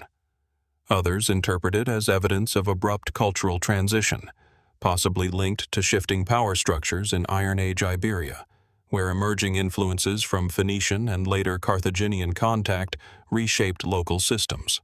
Neither interpretation fully resolves the complexity of the site. The architecture itself resists simple categorization. It is not a typical domestic space, nor a conventional fortress. It does not align neatly with later Roman models of temple construction, nor with purely utilitarian structures. Instead, it occupies an ambiguous space between ritual, political, and possibly economic functions. Even the name Cancho Roano belongs to a much later linguistic layer, disconnected from the people who built and used the structure. Their own terminology, their own explanations for this place, are lost. And so interpretation must rely entirely on indirect evidence. The surrounding landscape adds another layer of uncertainty. The Guadiana Basin during the Iron Age was a zone of cultural interaction, where indigenous Iberian communities encountered Phoenician traders and later Carthaginian influence. This contact zone produced hybrid material cultures, blending local traditions with external influences. Cancho Roano may represent one expression of this hybrid world, but how representative it is remains unclear. Was it a unique ceremonial center, or part of a wider network of similar structures that have not yet been discovered or preserved? The archaeological record offers no definitive answer. Even its isolation today may be misleading. The site stands alone in the landscape, but this solitude may be the result of preservation bias rather than historical reality. Other structures may have existed nearby, now erased by agriculture, erosion, or time. And so the site becomes a fragment, singular in appearance, but possibly not singular in origin. Inside the reconstructed sections, visitors today can observe the layout of rooms, thresholds, and central spaces. But what cannot be reconstructed is the sensory and symbolic experience of the original builders and users. The sounds, rituals, movements, and meanings that once animated the structure remain absent, leaving only spatial traces behind. What kind of worldview produces a building that is meant to be buried after use? What understanding of time, memory, and continuity is embedded in such an architectural decision? These questions remain open, and perhaps that is where Cancho Roano continues to exist most powerfully, not as a solved archaeological case, but as an unresolved intersection of architecture and intention. As the broader exploration of ancient sites continues, through cities that vanished beneath volcanic ash, towers that still stand against Atlantic winds, and settlements built without streets, Cancho Roano adds another dimension to the unfolding pattern. It is not a city, not a fortress, not a typical temple. It is something in between.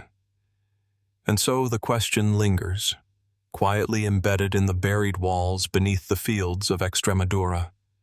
How many other ancient structures were not destroyed or abandoned, but deliberately closed, sealed not as endings but as transitions whose meaning we have not yet learned how to read? From the sealed earthen silence of Cancho Roano, where a ritual complex was deliberately buried beneath layers of soil rather than simply abandoned, the narrative once again continues its slow passage through time. The Iberian fields fade behind, and the story shifts away from the western edge of the Mediterranean world.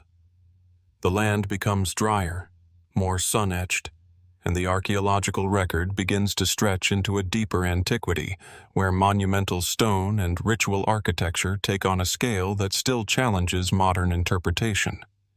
The journey now turns toward the Nile Valley, to a structure that has stood for millennia on the edge of one of Egypt's earliest sacred landscapes, the step pyramid of Djoser at Saqqara. Rising from the desert plateau, the step pyramid does not appear as a single smooth monument, but as a layered ascent of stone terraces, each one smaller than the last. It feels less like a finished form and more like an architectural idea made physical, an experiment in permanence carved into limestone. Built during the 27th century BC for the pharaoh Djoser of Egypt's third dynasty, it is widely considered the earliest large-scale stone monument in human history. Its architect, Imhotep, is remembered in later tradition as a figure of extraordinary intellect, an official, priest, and builder whose innovations transformed funerary architecture forever. Before this structure, royal tombs in Egypt were primarily mastabas, flat-roofed rectangular buildings made of mud brick. At Saqqara, however, something changed. Mastabas were stacked, revised, expanded, until they became a stepped form reaching upward toward the sky. But even in this well-documented origin story, questions remain. Why this sudden architectural leap? The archaeological record shows development, not sudden invention, yet the scale and confidence of the step pyramid complex suggest a conceptual shift that goes beyond gradual evolution.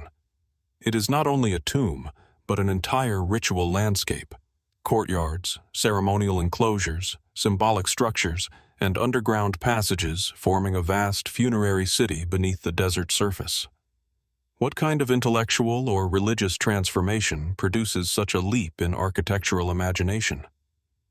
Within the pyramid complex lies an extensive subterranean network. Deep corridors extend beneath the structure, leading to burial chambers lined with finely carved stone. Blue faience tiles mimic reed matting, transforming stone into the illusion of organic material. Even here, the boundary between life, death, and symbolic continuity appears deliberately blurred. The complexity of the underground system raises further questions. It is not merely a burial space, but a carefully designed environment meant to replicate or transform concepts of eternity. The precision of its construction suggests advanced planning and centralized control, yet the deeper philosophical reasoning behind its design is not explicitly recorded. Egyptian texts from later periods speak of concepts such as the Kea and Ba, aspects of the soul that continue after death. But whether these ideas were fully formed during Djoser's reign or developed gradually afterward remains part of scholarly interpretation. Was the step pyramid an architectural expression of an already established belief system, or did it help shape that belief system itself? Surrounding the pyramid is the vast Saqqara complex, with ceremonial courtyards and symbolic buildings that appear to replicate earlier forms in stone. Some structures imitate wooden architecture, translated into limestone. This suggests a moment of transition, not only in building technique, but in how permanence itself was being redefined. Stone, in this context, is not just material. It becomes ideology. Yet even with this transformation, certain elements of the complex resist full explanation. The underground galleries beneath the pyramid extend farther than expected for a royal tomb of this period. Some chambers remain difficult to interpret, their original functions debated. Storage, ritual use, symbolic replication of earlier royal residences. Each interpretation holds partial weight, but none fully closes the question. And then there is the broader landscape of Saqqara itself. This necropolis served Memphis, one of the earliest capitals of unified Egypt. Over centuries, it accumulated layers of tombs, temples, and funerary structures, forming a vast archaeological archive of evolving beliefs about death and kingship. The step pyramid stands at its beginning, not as an endpoint, but as a foundation for everything that followed. But what makes it so compelling is not only its architectural primacy, but its sense of experimentation. Unlike later pyramids with smooth geometric precision, this structure feels exploratory, as if the idea of monumental stone architecture was still being tested against both engineering limits and spiritual ambition. Why begin here, in this precise form, at this moment in time? The answer is not fully preserved. Even Imhotep, whose name survives across millennia, remains partly hidden behind legend. Later Egyptian tradition elevated him to near mythic status, associating him with wisdom and healing. But the historical Imhotep, the man behind the step pyramid, remains largely invisible beyond his architectural achievement. And so the structure stands between history and interpretation, between engineering and meaning, between what is built and what is understood. Standing before the step pyramid today, one encounters not only an ancient monument, but the early emergence of monumental thinking itself, the decision to construct eternity out of stone and to organize death within architecture rather than beneath it in simpler forms. Yet even this decision raises more questions than it answers. Was this the beginning of a new worldview, or the refinement of an older one now lost to time? And as the narrative continues forward through ancient landscapes and unresolved histories, one question remains suspended in the still air of Saqqara's desert plateau. How many of humanity's greatest architectural leaps were not simply innovations, but expressions of ideas whose origins we can still see, but whose full meaning we can no longer entirely recover?